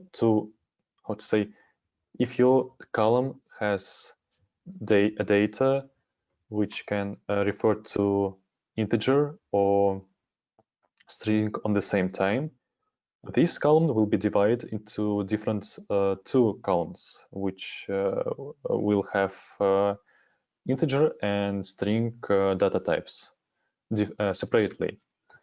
I believe we don't have such choice. We don't have such case. This step is just for example, because it was generated by AWS Glue. So let's move on. And we will drop null fields, which is understandable from their name. The task of this step is also described on the diagram on the left side. And the last one is writing to our folder under the bucket DE tame BDA immersion under the folder Parquet. we specified that we need to write to the S3 as the bucket format. This field called as sink as a final place where our data should be stored. And the last line is referred to a bookmark. At this line, we are saving the status of our bookmark, and in further executions, our old data will not be reprocessed because our bookmark will save the current state. Yep. Thank you, Bulat, for a thorough explanation. I hope everybody, even with not much of experience of Python Spark scripting, also understood what is going on. I mean, it's not that hard. It's just this diagram transferred to this code, pretty straightforward.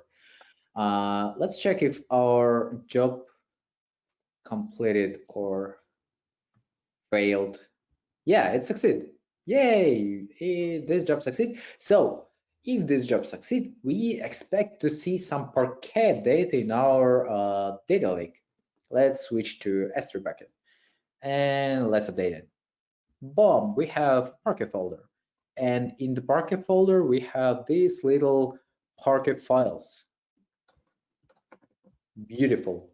So we have optimized our data. We have transformed data, we dropped the field, we renamed the field, and we optimized the way our data is stored on this S3 bucket. So right now, on this data, our request would be more efficient if it would be real big data. In our case, we don't care about it much really, but this is something very important in production case. So if you were able to follow us with this, I can congratulate you. You have implemented serverless ETL process and data cataloging with automated schema inference. And the last thing we can check, we probably can check metrics. It should be available. Yeah, it's not that much because we have only one run, but we have some metrics for our job. And if you're developing this job and we're developing code yourself, you can analyze what is going on, how your job is performing, and so on. I think that's it for second part, main part. We have 2 minutes to the end, and I really want to briefly touch on this advanced data topic. We are gonna use it. I didn't create this in advance because I was doing it with you, but I want to just touch on this because I think it is really beautiful and powerful for your data scientists, for your data engineers, for whoever consumes your data, whoever use the data. It is possible to use AWS Glue as basically a backend to process your data within your notebook. So you're creating a developer endpoint, which is, let me click it here, dev endpoints right here. You're creating a developer endpoint. You can configure some networking for this developer endpoint. Like if you need to access your private data, remember we can do this. You can attach some security groups and so on. We can do even SSH key, but it's not necessary. And you're just creating this developer endpoint. What it actually does, it provisions you with the endpoint, which will serve you as a backend for your Spark execution. And you can attach to this endpoint a notebook. SageMaker or Zeppelin notebook, and if you will be doing this in the lab, we are touching SageMaker notebook, and we're creating first notebook instance. It usually takes something like 5-7 minutes, and then you can just go and open Jupyter notebook and play with your data interactively. I hope you all have this experience with notebooks, and you can do this with a Spark executing your requests. Not Spark, sorry, AWS Glue. Kind of Spark, but AWS Glue. So it is serverless. You can make really heavy transformations in your notebook, and you won't have any performance issues with it. And if you have time, I totally recommend to try it out. In this notebook, we're also making some transformations, and we're changing format again. That's it. That was all I wanted to cover and share with you guys in the lab number 2. We're going to have a break. Patrick, you want to chime in here? Yeah, thanks, Dmitrii, and thank you, everybody, again, for the continued collaboration. It seems like this is being well received, so I just urge you all to continue the feedback. If you have questions, etc., let us know. We're going to give everybody until the top of the hour to take a quick lunch break, just stretch, whatever you got to do, answer some emails, and then we'll come back and start at 1 o'clock with this third and final lab to wrap things up for the day. If you saw the agenda earlier, just as a reminder, we're going to carve out 30 minutes at the end of the session for a live Q&A session as well. Don't have to wait till the end. I want to stress that, keep the questions coming as they pop in your mind, and we'll address those. But if there's no larger topics that we want to dig into, we'll have that time allocated.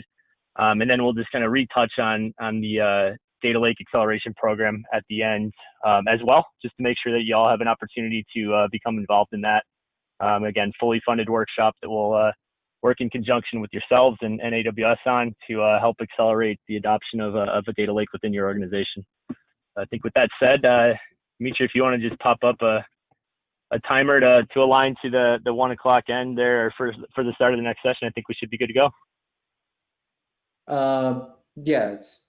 Well, let it be like just whole 30 minutes for everybody. That's easy. Yeah, let's do that. Perfect. Thank you, Patrick. Great. Yeah, thanks, everyone. Okay, we'll talk soon.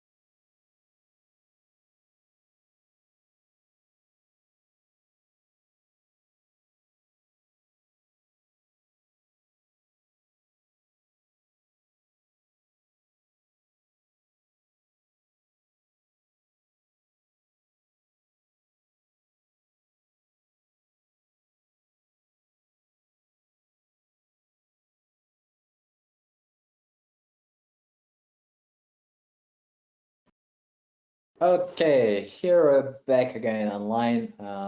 We lost some people after this break, but we still have a lot of you online. Thank you for staying with us.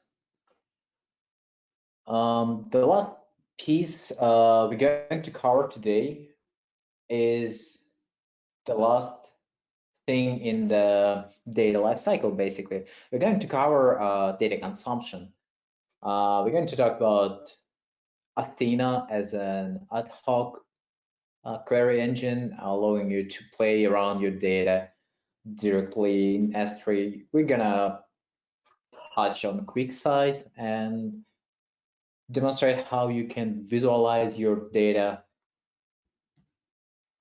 And with this, I'm going to hand off screen sharing to Kamil, our data scientist, who is probably a better person than me to show you all these really cool features. Kamil, are you ready? Yes, hello, Dmitrii, thanks for introduce. Hello, everyone. Hope you're glad to work on this and on that handy tool. So let's start from lab 3.1. I have shared the link with you to Slack. So first, as Dmitrii told, let's tell 2 words about Athena. It's a very handy ad hoc tool, which can let us go and see our data right from S3 bucket. So at previous labs, as you remember, we have created a lot of data, and now we're able to see what the data is, to query that data, and also query another public data. And work with a very big amounts of data right from our AWS console. So first, let's go to Amazon Athena console. You can click a link on the lab or just type Athena in console. And first, AWS will ask you, let's getting started with Amazon Athena. I hope you see the same as in my screen. And let's go on, get started. And here we are. So first of all, let's see what gives us console Athena console. On the right part, you can see the place where you can type queries. For example, select, and on the left part, you see our databases which we were creating at the previous labs. So here, as you see, I can see Firehose KGD database and the table row, which we have created using our crawler and our raw data from generator of data. So, so Athena is really tightly integrated with AWS Glue data catalog. It utilizes as a source of information about your data, and you can navigate through AWS Glue catalog within Athena. But I believe we forgot to set up a query result location. You see, you probably all should see this before you run the first query. You need to set up a query result. This is required because Athena is serverless query engine, and all the results from your request gotta be stored somewhere, and we're gonna store them in our S3 bucket we created previously. Yeah, sure. Thanks, Dmitrii. So as you see, Athena gives me an advice to set up a query result location on Amazon S3. So you can just click that link and paste your created bucket. So let's go to S3 console and see where we can use, for example, this one. Let's create folder I call it Athena. Yeah, and just we can copy that path and tell it Athena to just use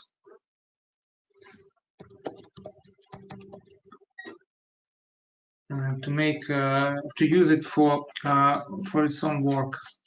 So let's just wait for everyone.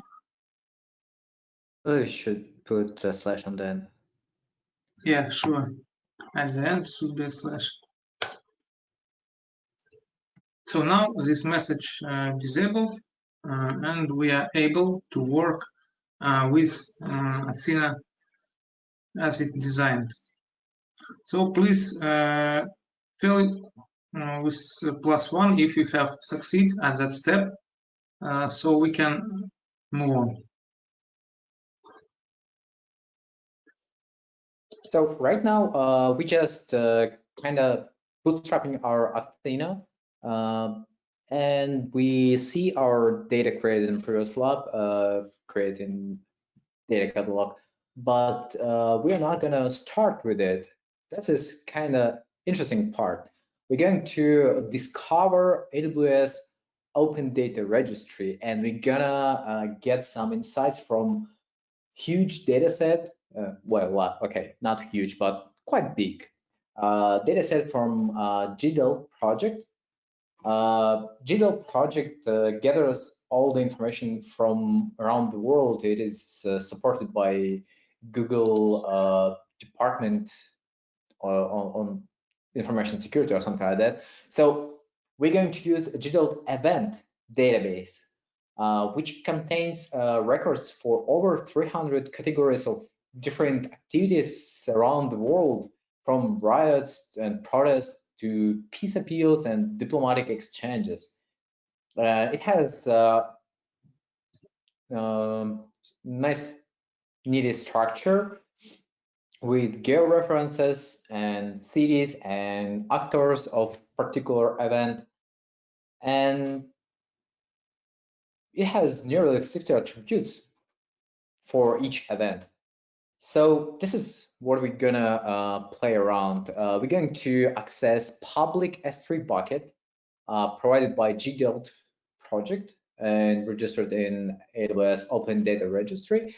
And we can access it only because the owner of this bucket has provided public access. By default, all the buckets are private and nobody can access them except for you, if you do not configure opposite. Just a little remark. So Camille, please go ahead. So first, let's go to our lab and copy that simple code, create database Delta. So in that console, which is on Athena, we paste that code and run that query. So you see, when we have created database, it's something like namespace for our metadata. Now this database is available here, and now we are ready to create tables inside this database. So moving on the lab, and see that big but very simple query, which will help us to connect to open events database. So let's just copy it, go to console and paste here. So let's talk about what this query means for us. So first block, you see it's just create external table in database Delta called events. Yeah, it's simple.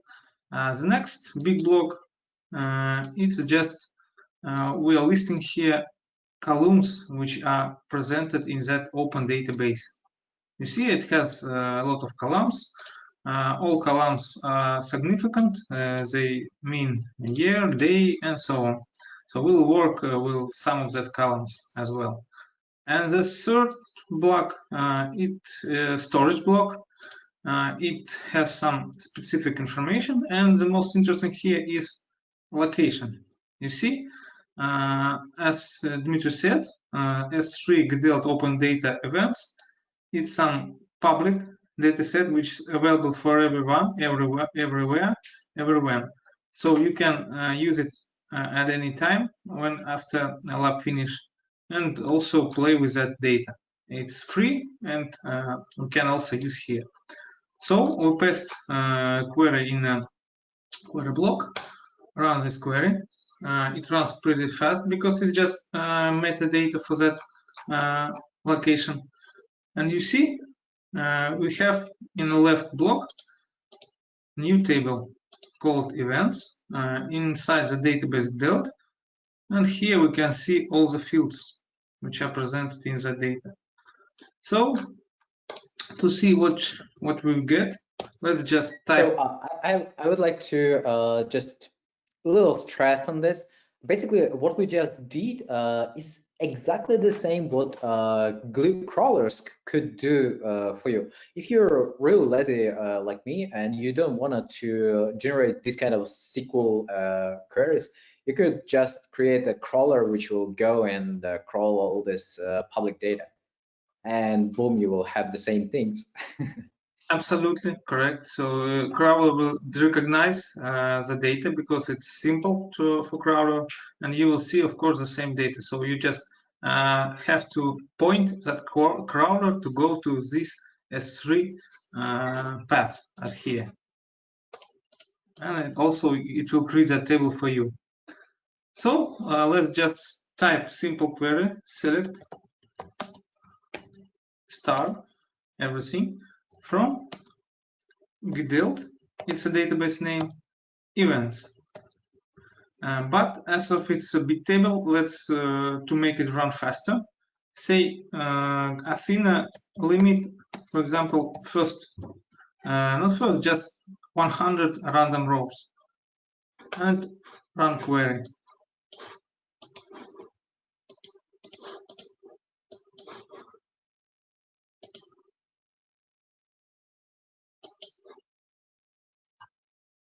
Yeah, that happened with me a couple of times, and just to refresh of the page can help with this inaccessible run query button.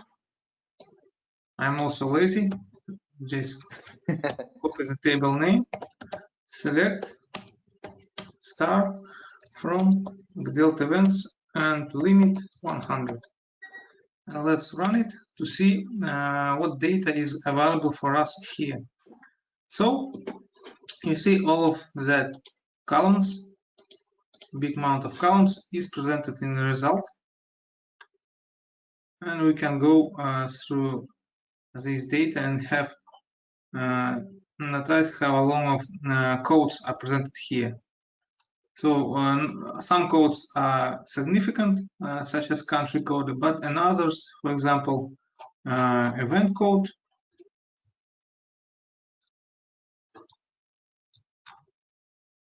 Let's find the event code here. Yeah, event code is just a number, so it gives us nothing.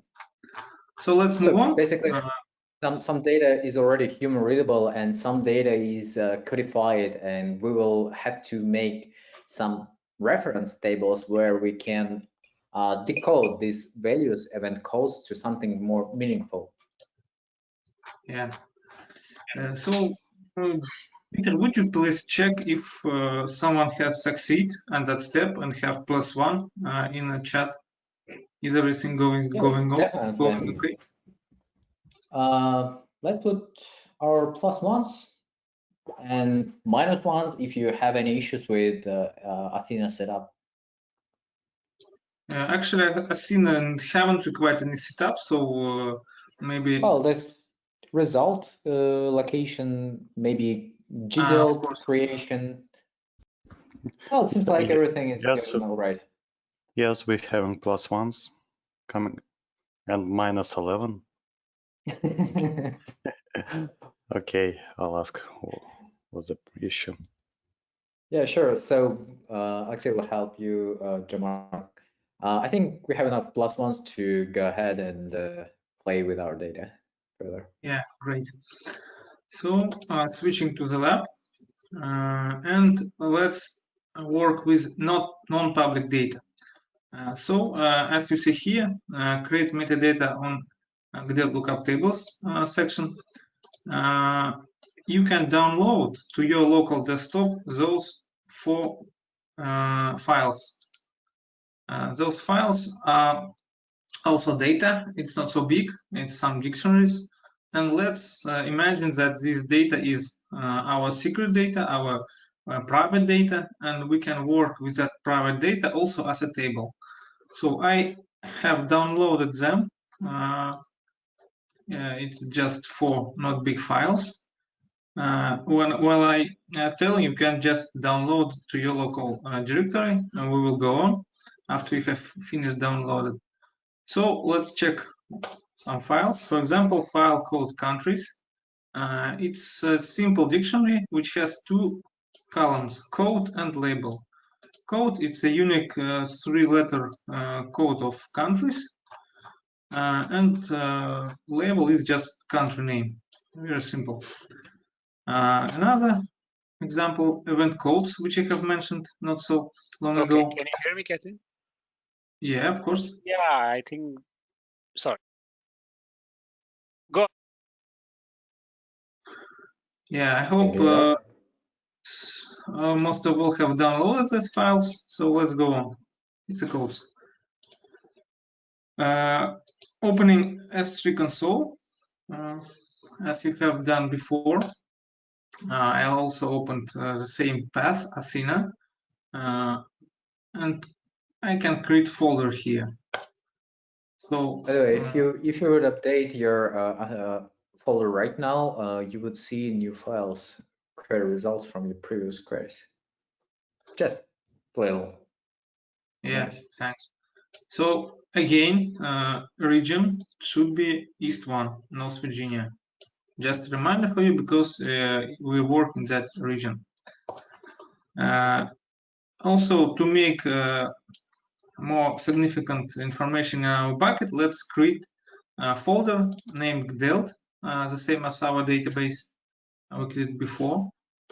I'm creating that folder GDEL. Yeah. Then going inside that folder, as mentioned here, and let's create 4 subfolders with the same names as table names here. First folder is countries. Create folder, countries. And go on the remaining 3 folders here. Event code, groups, and types. Here we will place that files which we have recently downloaded here.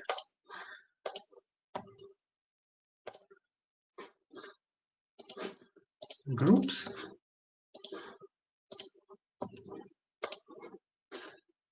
And types. So we're basically making a little batch ingestion into our data lake. We're ingesting a little reference data into our manually. Yeah. Yeah. And then corresponding files should be placed in corresponding folders. So I enter countries and just upload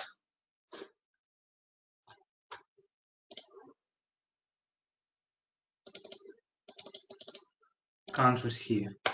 Yeah. Also, you can use drag and drop option. Then I return back to GELT, go to event codes and upload event code file. Since we're going to create a little later our schemas, our tables manually, I would strongly recommend you to check it a couple of times if you're putting right file into the right folder. Otherwise, it might not work if you will have different data. Misplaced. Yeah, if you would have misplaced files, just make sure that you're putting appropriate files into appropriate folders. Yeah, thanks for that. So as you see, we have uploaded. We have 4 directories, and each one contains one single file. Also, of course, you can contain a lot of folders here and a lot of files inside that folders. And that will be your private data, which will work. So going further, we have uploaded, great. And let's again copy that block of code, and we'll discuss it later. Going to our console, paste code here, and let's look up. So first block, creating table, XML table. In our database Delta, table name is event codes. We have mentioned before. It has 2 columns, code and description. And it has, as you see, this one should be replaced by your path which you have created before. Going here and just copy that code here.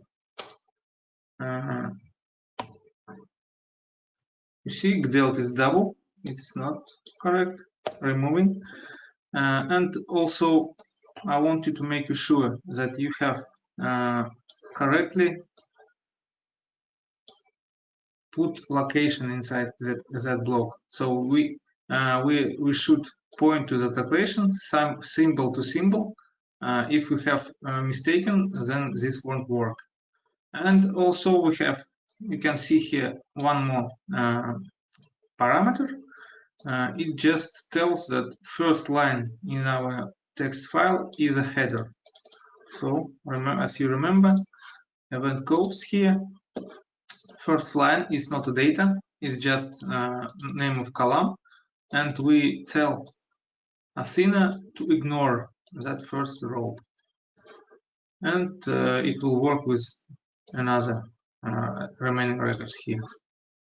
So let's run this query. I hope you have copied. It's not so long. Just note these locations should be placed the same as yours. So I have placed here this bucket and this path.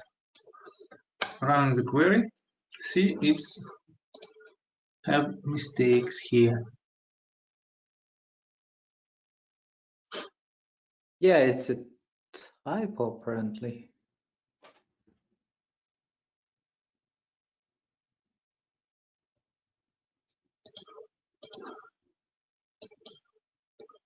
There's some symbols. Let's double check.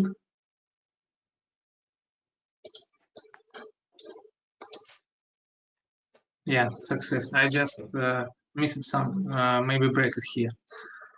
So as you see here in the left block in the same database, we already have 2 tables: events, which we played previously, and tables. It has just 2 columns. For example, we can just check which data is here. Just type select star. I think it's funny that we have one single database and we have tables from completely different AWS accounts. Like we have one common database, metadata database, and we have tables from different accounts, different buckets. I believe it isn't even possible to have different types of source data. It's just amazing how high we are on abstraction level. And also, if we go further, we can mix our own data and data from public sources. So as well, we can mix here private sources from some third-party partner which have provided us credentials and our own data. So as you see, if you type a simple query, select star from Gdel event codes, you will see that data. So it's not a big text file as you see, and we can just full scan the data and see which event codes are here. For example, 200, this is the description for this event code. So let's just copy that path. It will be required for us until the event codes. And my advice is just put it here as a first row for upcoming queries. So we have 4 remaining files which have uploaded, and let's just create table for each file. So we have an option to run to have multiple queries in the single tab, and to run specific query we just have to select it and then run query. So my advice is to just to get all the 4 tables until that countries, paste it here, and then use our previous path, which is correct. We have checked it, as you see, and replace example sample your bucket name from laboratory code. So as you see, I just replace it, and I can run them one by one. So I select run query. Yeah, we have created. Select groups, run query, and select countries, also running this query. So while you are running this query, I can just type the same code here and check which data we have just connected to our private database, which also has a public table here. So countries, groups,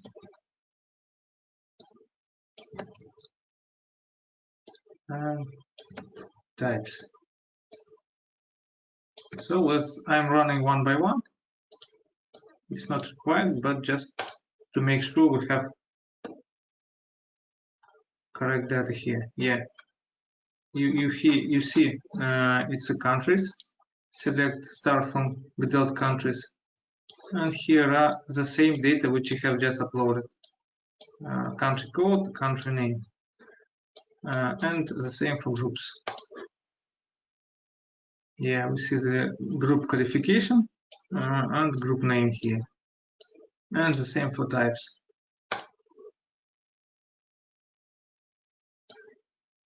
So let's wait a bit while everyone make the same step here. If someone has succeeded, just let us know by typing +1 in the chat. So we have understood that it's clear here, and we can move on.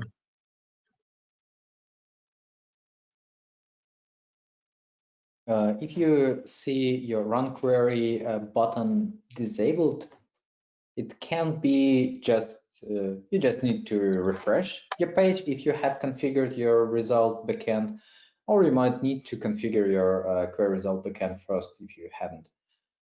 Yeah, you can check that's it. That's kind of main reasons for this button to be inactive. Yeah. Yeah, it looks like everything is fine and people following, so we can go ahead and continue. Great. So moving on, and now let's switch to practical results. So also we copy the next query code from here, and we can, for example, use another tab because this first tab was for creating data, and this tab let it be for analyzing data. So a simple query which is already point to public data. It's a big data set.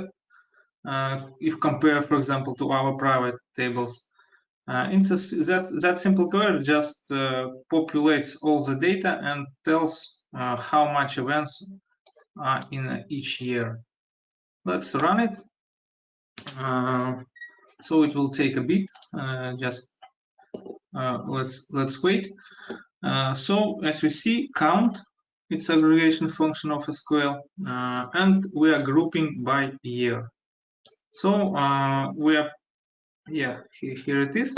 So also it's ordered by year, so we can see year going one after each, and we have number of records in each year. Also, if you see the bottom of the tab for query, you can see the how much data has scanned and how much time was required for scanning that data. So I think it's a pretty good result. We can the same way we can scan our own data, which is, for example, unknown yet, or we know that data, but we are expecting some changes of that data. So this ad hoc tool, which working from a console, is pretty handy for us. So I think everyone who copied and pasted already finished it. Let's move on. Another example of code.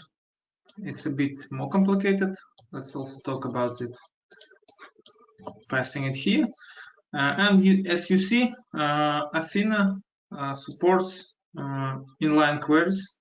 So as you see, instead of table name, we're using here another query. We can easily copy it and run separately to see what does it gives for us. So you see it also scans already two tables.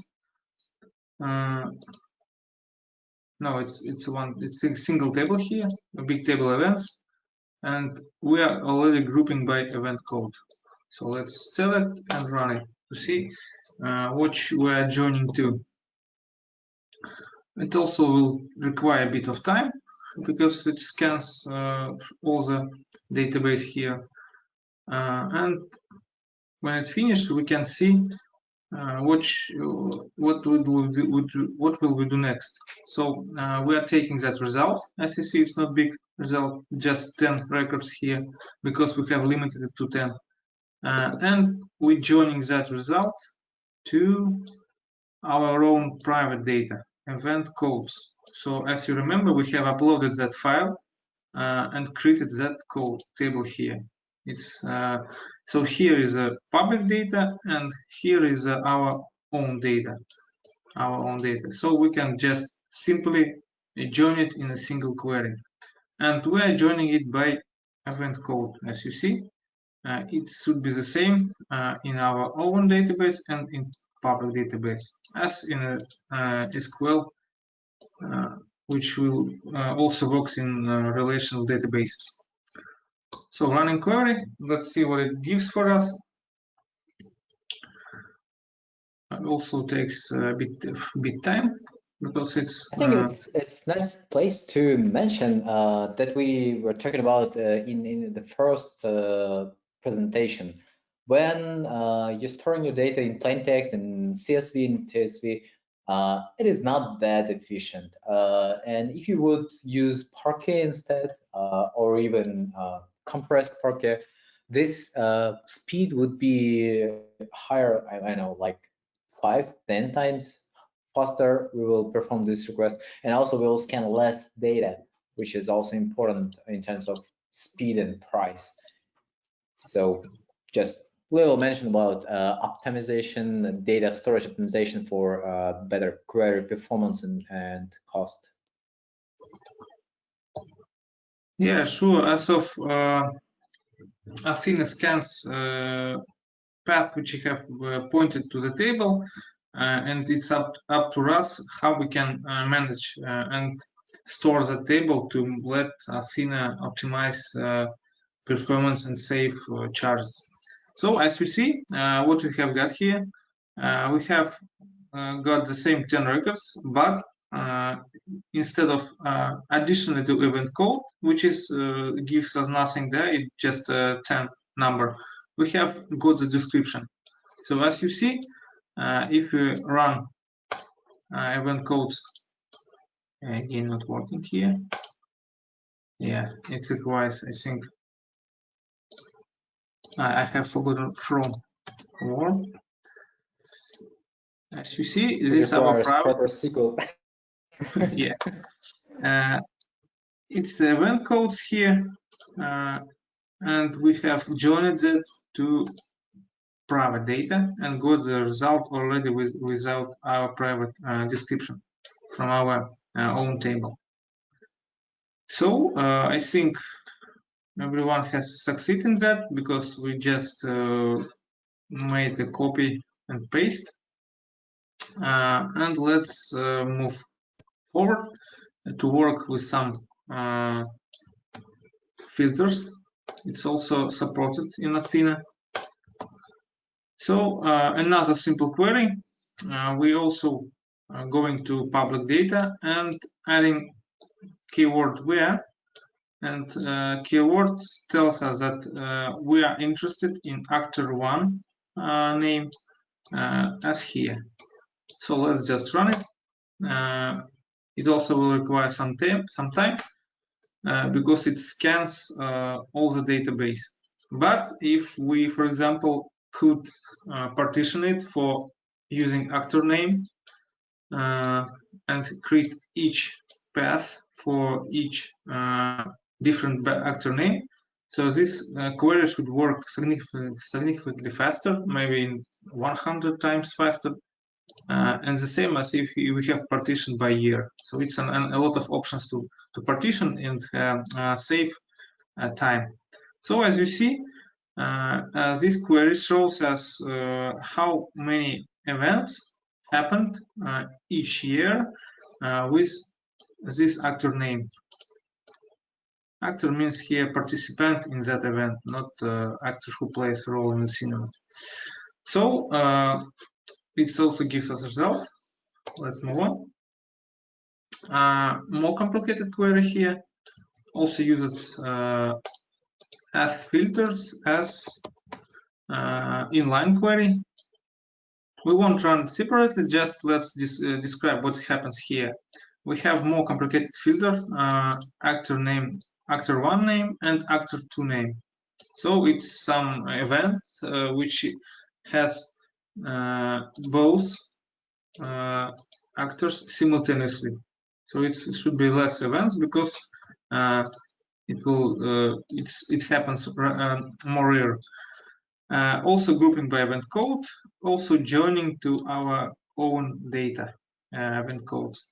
And we are having more filter here. Filter already applied to our inline query. So let's just run it and see what it gives for us.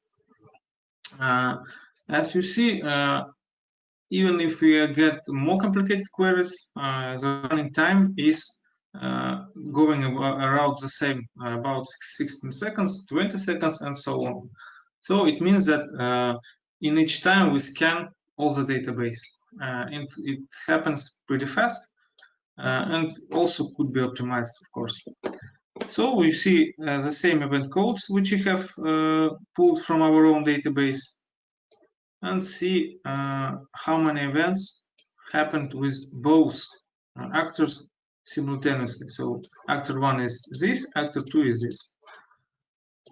And this database, the resultant data set, also could be used for next analysis. But we will make this analysis already in the next tool, which is gives us visualization. Not only how to say text, but also some graphs. Yeah, so basically we concluding on Athena topic right here. So Athena is your ad hoc query engine, allowing you to query your data from around your all your data lake, or even your partner's data lakes or whatever. you just need to have access to those data. And I think it's really powerful tool, and it was intended as an ad hoc solution, but there are some use cases emerging where Athena is used as a production query engine for some historical data, for example.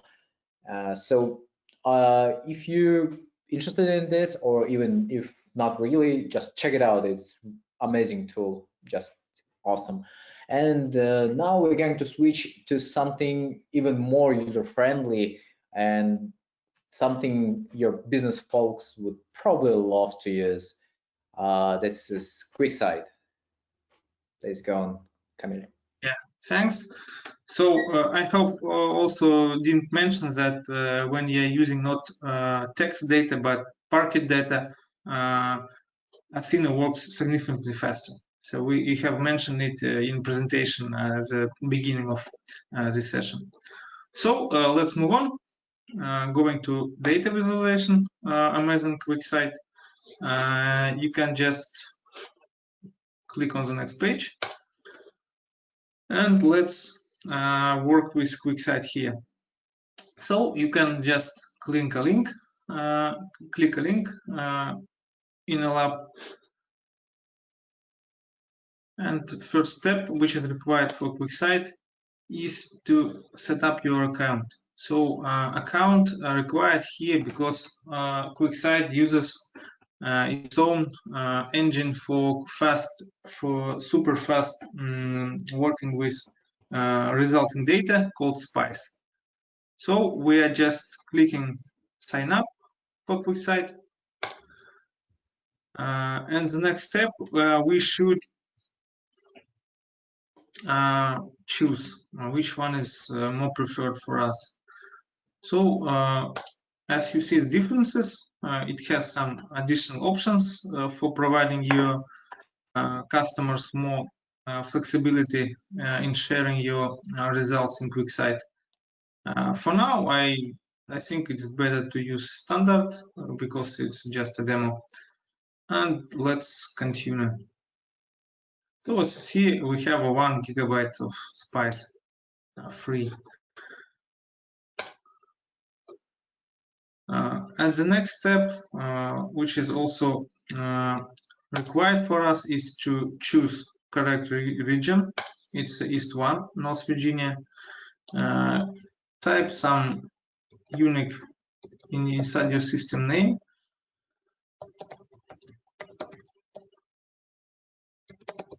Let it be like this.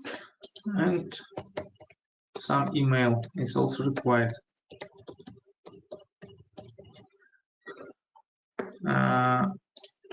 This one enables you to work with a lot of data sources and automatically discover available data inside your account. So if you have some data not in only S3 but in Redshift, RDS databases, so it's also supported in QuickSight. And which is very important for us, it's choose S3 buckets because all our data, as you remember for today labs, is located in our S3 buckets. So we have multiple sources here. As you remember, we have placed data in this. In my example, it was a S3 bucket called like this. I hope you will choose your own here.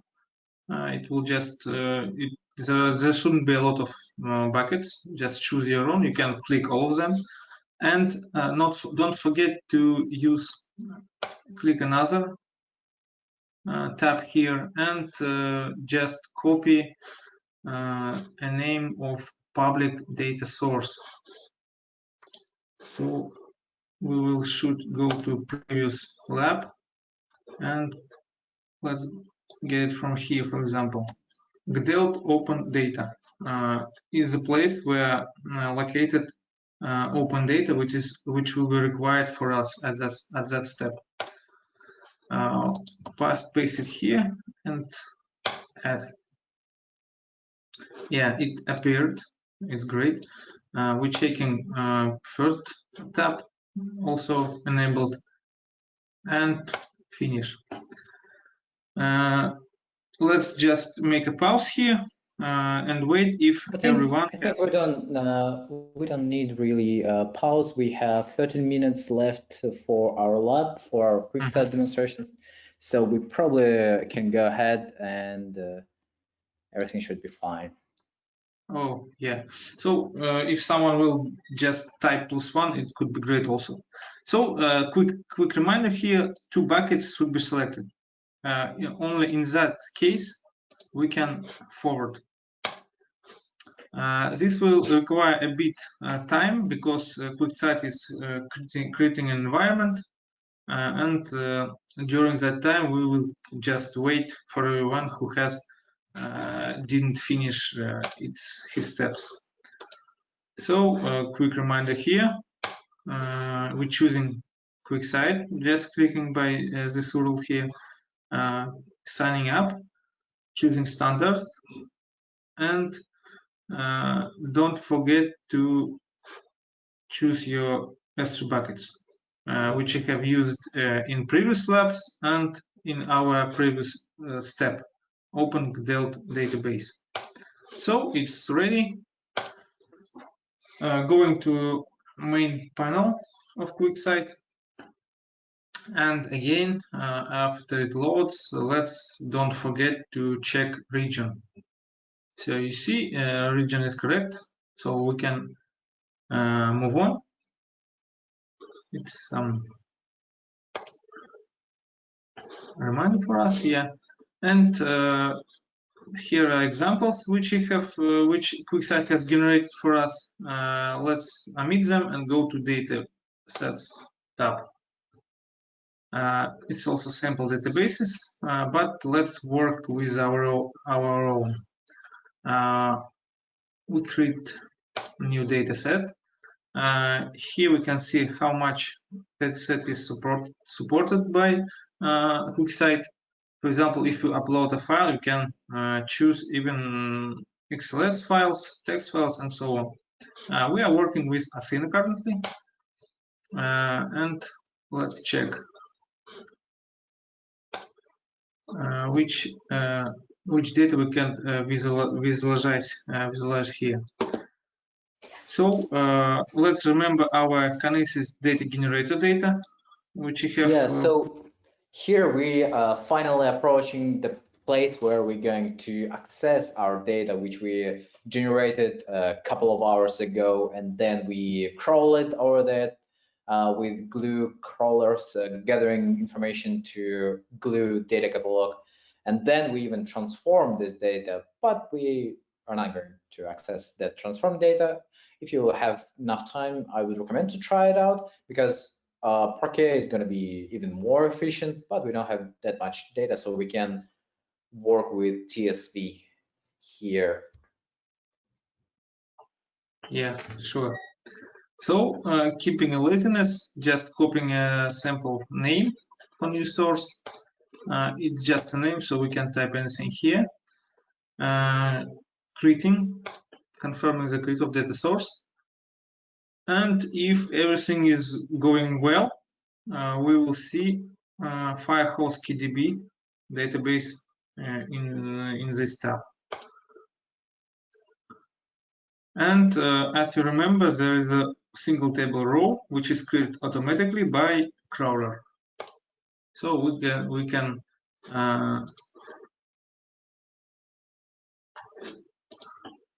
can go to preview that data before we can go to visualization. So Athena uses oh, here's a row, yeah. So as you see, this could be caused by region, but not in our case. This also could be caused by missing privileges.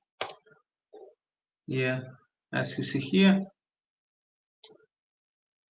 it's a bad data here.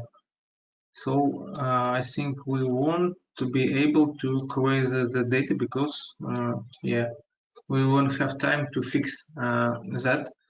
And if Dmitrii is not against, maybe we should go to next part of visualization. How you think, Dmitrii? Yeah, definitely. We didn't have enough too much interesting things to show here. We just needed to complete this data lifecycle. We're going to show you some cool features of QuickSight on GDELT dataset. Yeah, sure, because anyway, any data could be visualized in the same, in the possible comparable way. So let's omit that step. Just click the 3.1 part here and visualize your GDELT data. So as you remember, we have just created a GDELT database, which has tables from public and our private data. So also let's copy data source name here. How to return? I think we can just click on the main menu here and create new data set. Checking the region again. Again, Athena. Another database name here.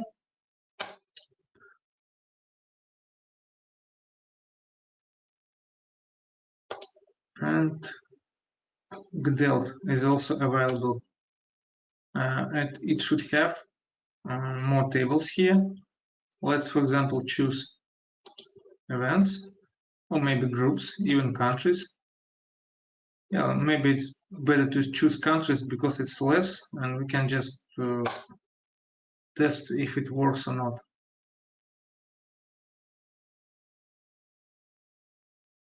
Yeah, you see countries are available here, and we are able to use this one as a data source. So you can play push button save and visualize, but it's not interesting for us. We can just cancel it and create another data set. For that, we also use Athena, the same name, which is in buffer. And here we have another option. As you see, use custom SQL. We are choosing that one. And going back to our lab. And let's just copy that code here. As you remember, we already ran that code in Athena. It gives us data about events with those two actors and group it by event code. So we just copy that query. We can name it, for example, like this, and paste. So when we confirming a query, let's confirm it. What does yeah, we can use Spice here because we have available data. Spice will improve speed for working with changes of resultant data set. Also, we can use directly query your data.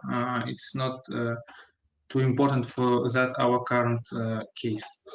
Yeah, in general, I can add a little info here on Spice. So Spice is basically a columnar in-memory database which allows you to cache your data for visualizations, and also it allows you to make some kind of calculations on your data before you're visualizing it, because it is like in-memory database. It's not just simple cache, it's something more sophisticated. So you can utilize Spice and it can really power up your visualizations with additional analytics capabilities.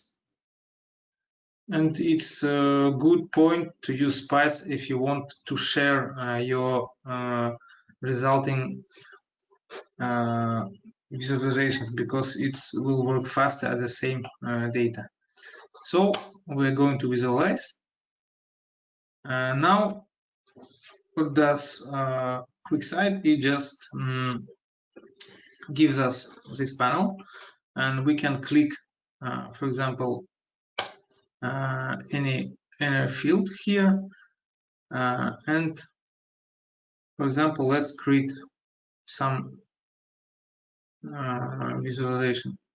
I will choose vertical bar chart here, and this activates some calculations, and we will see results already here. So let's move description as a Basically, bottom. QuickSight provides you with some kind of suggested visualization for this particular data type you're clicking on. So this is something intelligent enough to understand what the data is and how to visualize it.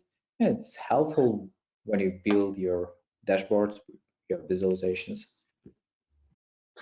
Yeah, let's click add another tab here.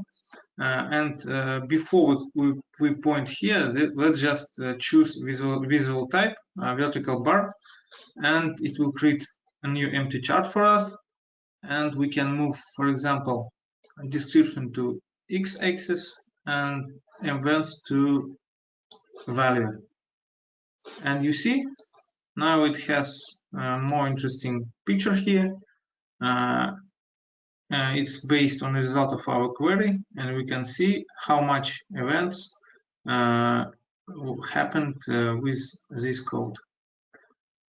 So also QuickSight gives us a lot of opportunities to create big dashboards. So as we see, we can add more and more graphs here, choose different types of graphs, choose which values should be shown here, and all this of course could be shared for your partner, for your customers, and for your employees. And I think as of we are running out of time, we can stop on this for visualization. You see it works fast, it uses Spice for optimization, and it uses all data which you have just populated here. Also, we could use data from Crawler, but as we have not so big time, we have missed that step and just visualize the data from GDL open data source. So, Dmitrii, are we going to move to the next step? It's just simple.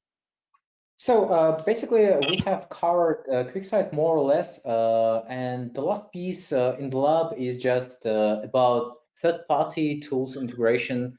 And this is not something we're going to demonstrate today, but it is something you can do on your own if you're interested in it.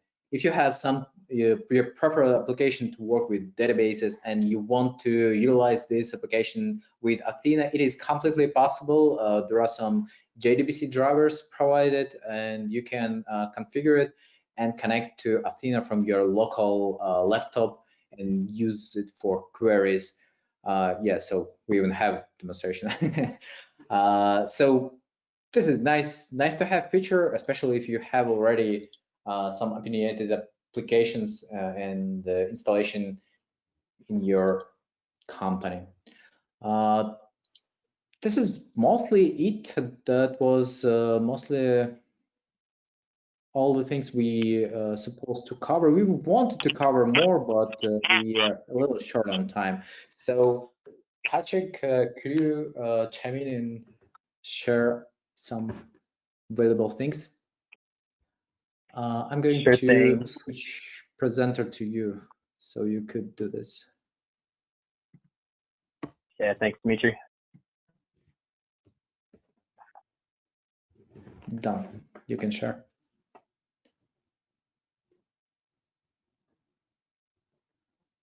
All right, guys, can you see my screen there?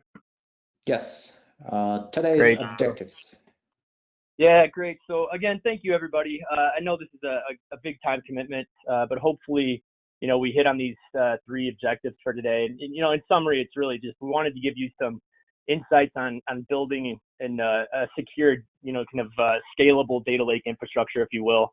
Also, the lab piece is a really big focus of these immersion days, are to get in there, get your hands dirty, some real-time experience. That's obviously a great way to learn. The last thing I would leave you with, is, we're not shutting the door here. We're happy to continue conversations with you guys, and that's part of what we put together with this Data Lake Acceleration Program. I'll recap that in just a second, but I think we checked on these kind of 3 boxes pretty well. Hopefully you felt the same way. As we go forward here, just a quick recap of what it is we do. I know that was touched on briefly at the beginning, but with the technical challenges here, I'd say, guys, it's just the easiest way to think about it is we're fanatical about data value extraction, and that obviously plays really well into building out scalable, secure data lake infrastructure to support your business. The other thing I would say that we're very competent in is really all things machine learning and applied AI, bringing with us sort of that DevOps, automation, orchestration, wherever possible culture that we have, and driving forward, those customer outcomes for yourselves, with really, your goals in mind at the end of the day. And that's the approach we're looking to do here. So from our perspective, we really don't see these as separate sort of core competency areas, if you will. It's more of a life cycle and something that we'll look at. If you're ready to talk about machine learning as well, we can think about, ML aware tooling, or just be prepared from a foundational perspective as we help you with all things data engineering, et cetera, as we work forward. And obviously the modernization kind of part that comes in with what we call and refer to as next gen cloud. From an AWS certification perspective, we've got 3 competencies across the business. Those are in machine learning, data analytics, and DevOps, and really align, I think, with what I just mentioned. Those are really just for your awareness. They're organization-wide certifications that have very stringent approval processes by AWS. So we go through an initial testing kind of phase, if you will, and then there's a retesting that has to happen to make sure we're keeping up our competencies, skill sets across the business, et cetera. We actually helped Amazon to develop the partner audit for the machine learning competency as well. I think the net takeaway there, guys, is that we've got great relationships with not only folks like Nirav and the solution architectures, but also the product side of the business, where we'll contribute on development, feedback, taking what you give us, and that's a big part of who AWS is, if you're not aware.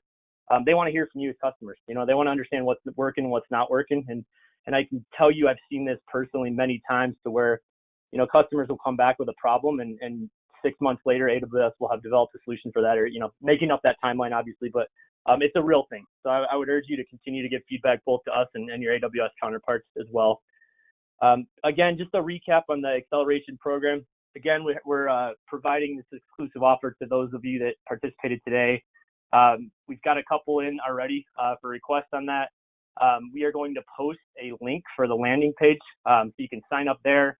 You can send an email to us at hello@provectus.com as another option, and that'll be in the Slack channel as well as the GoToWebinar chat. But really, the goal here is to come in again, roll up our sleeves, understand your business goals and objectives, and align those to where we're at from a data landscape and data engineering perspective, so that we can define that North Star, make sure we're pushing towards it at all kind of points through that engagement, and help you to define what that roadmap looks like, with a very high likelihood of success of getting to production, through a pilot and into that scale phase, if you will. We can support you on an ongoing basis in a customized fashion, but I will say we're very visible. We never build black box solutions. We're always looking to enable your teams as we go forward. And, we want to keep working with you as a customer of ours, because you trust us. We're able to help you and provide gaps, kind of filling of gaps, if you will, from a skill set perspective on your side. So those are the big things, guys. Again, really appreciate it. Pop forward here.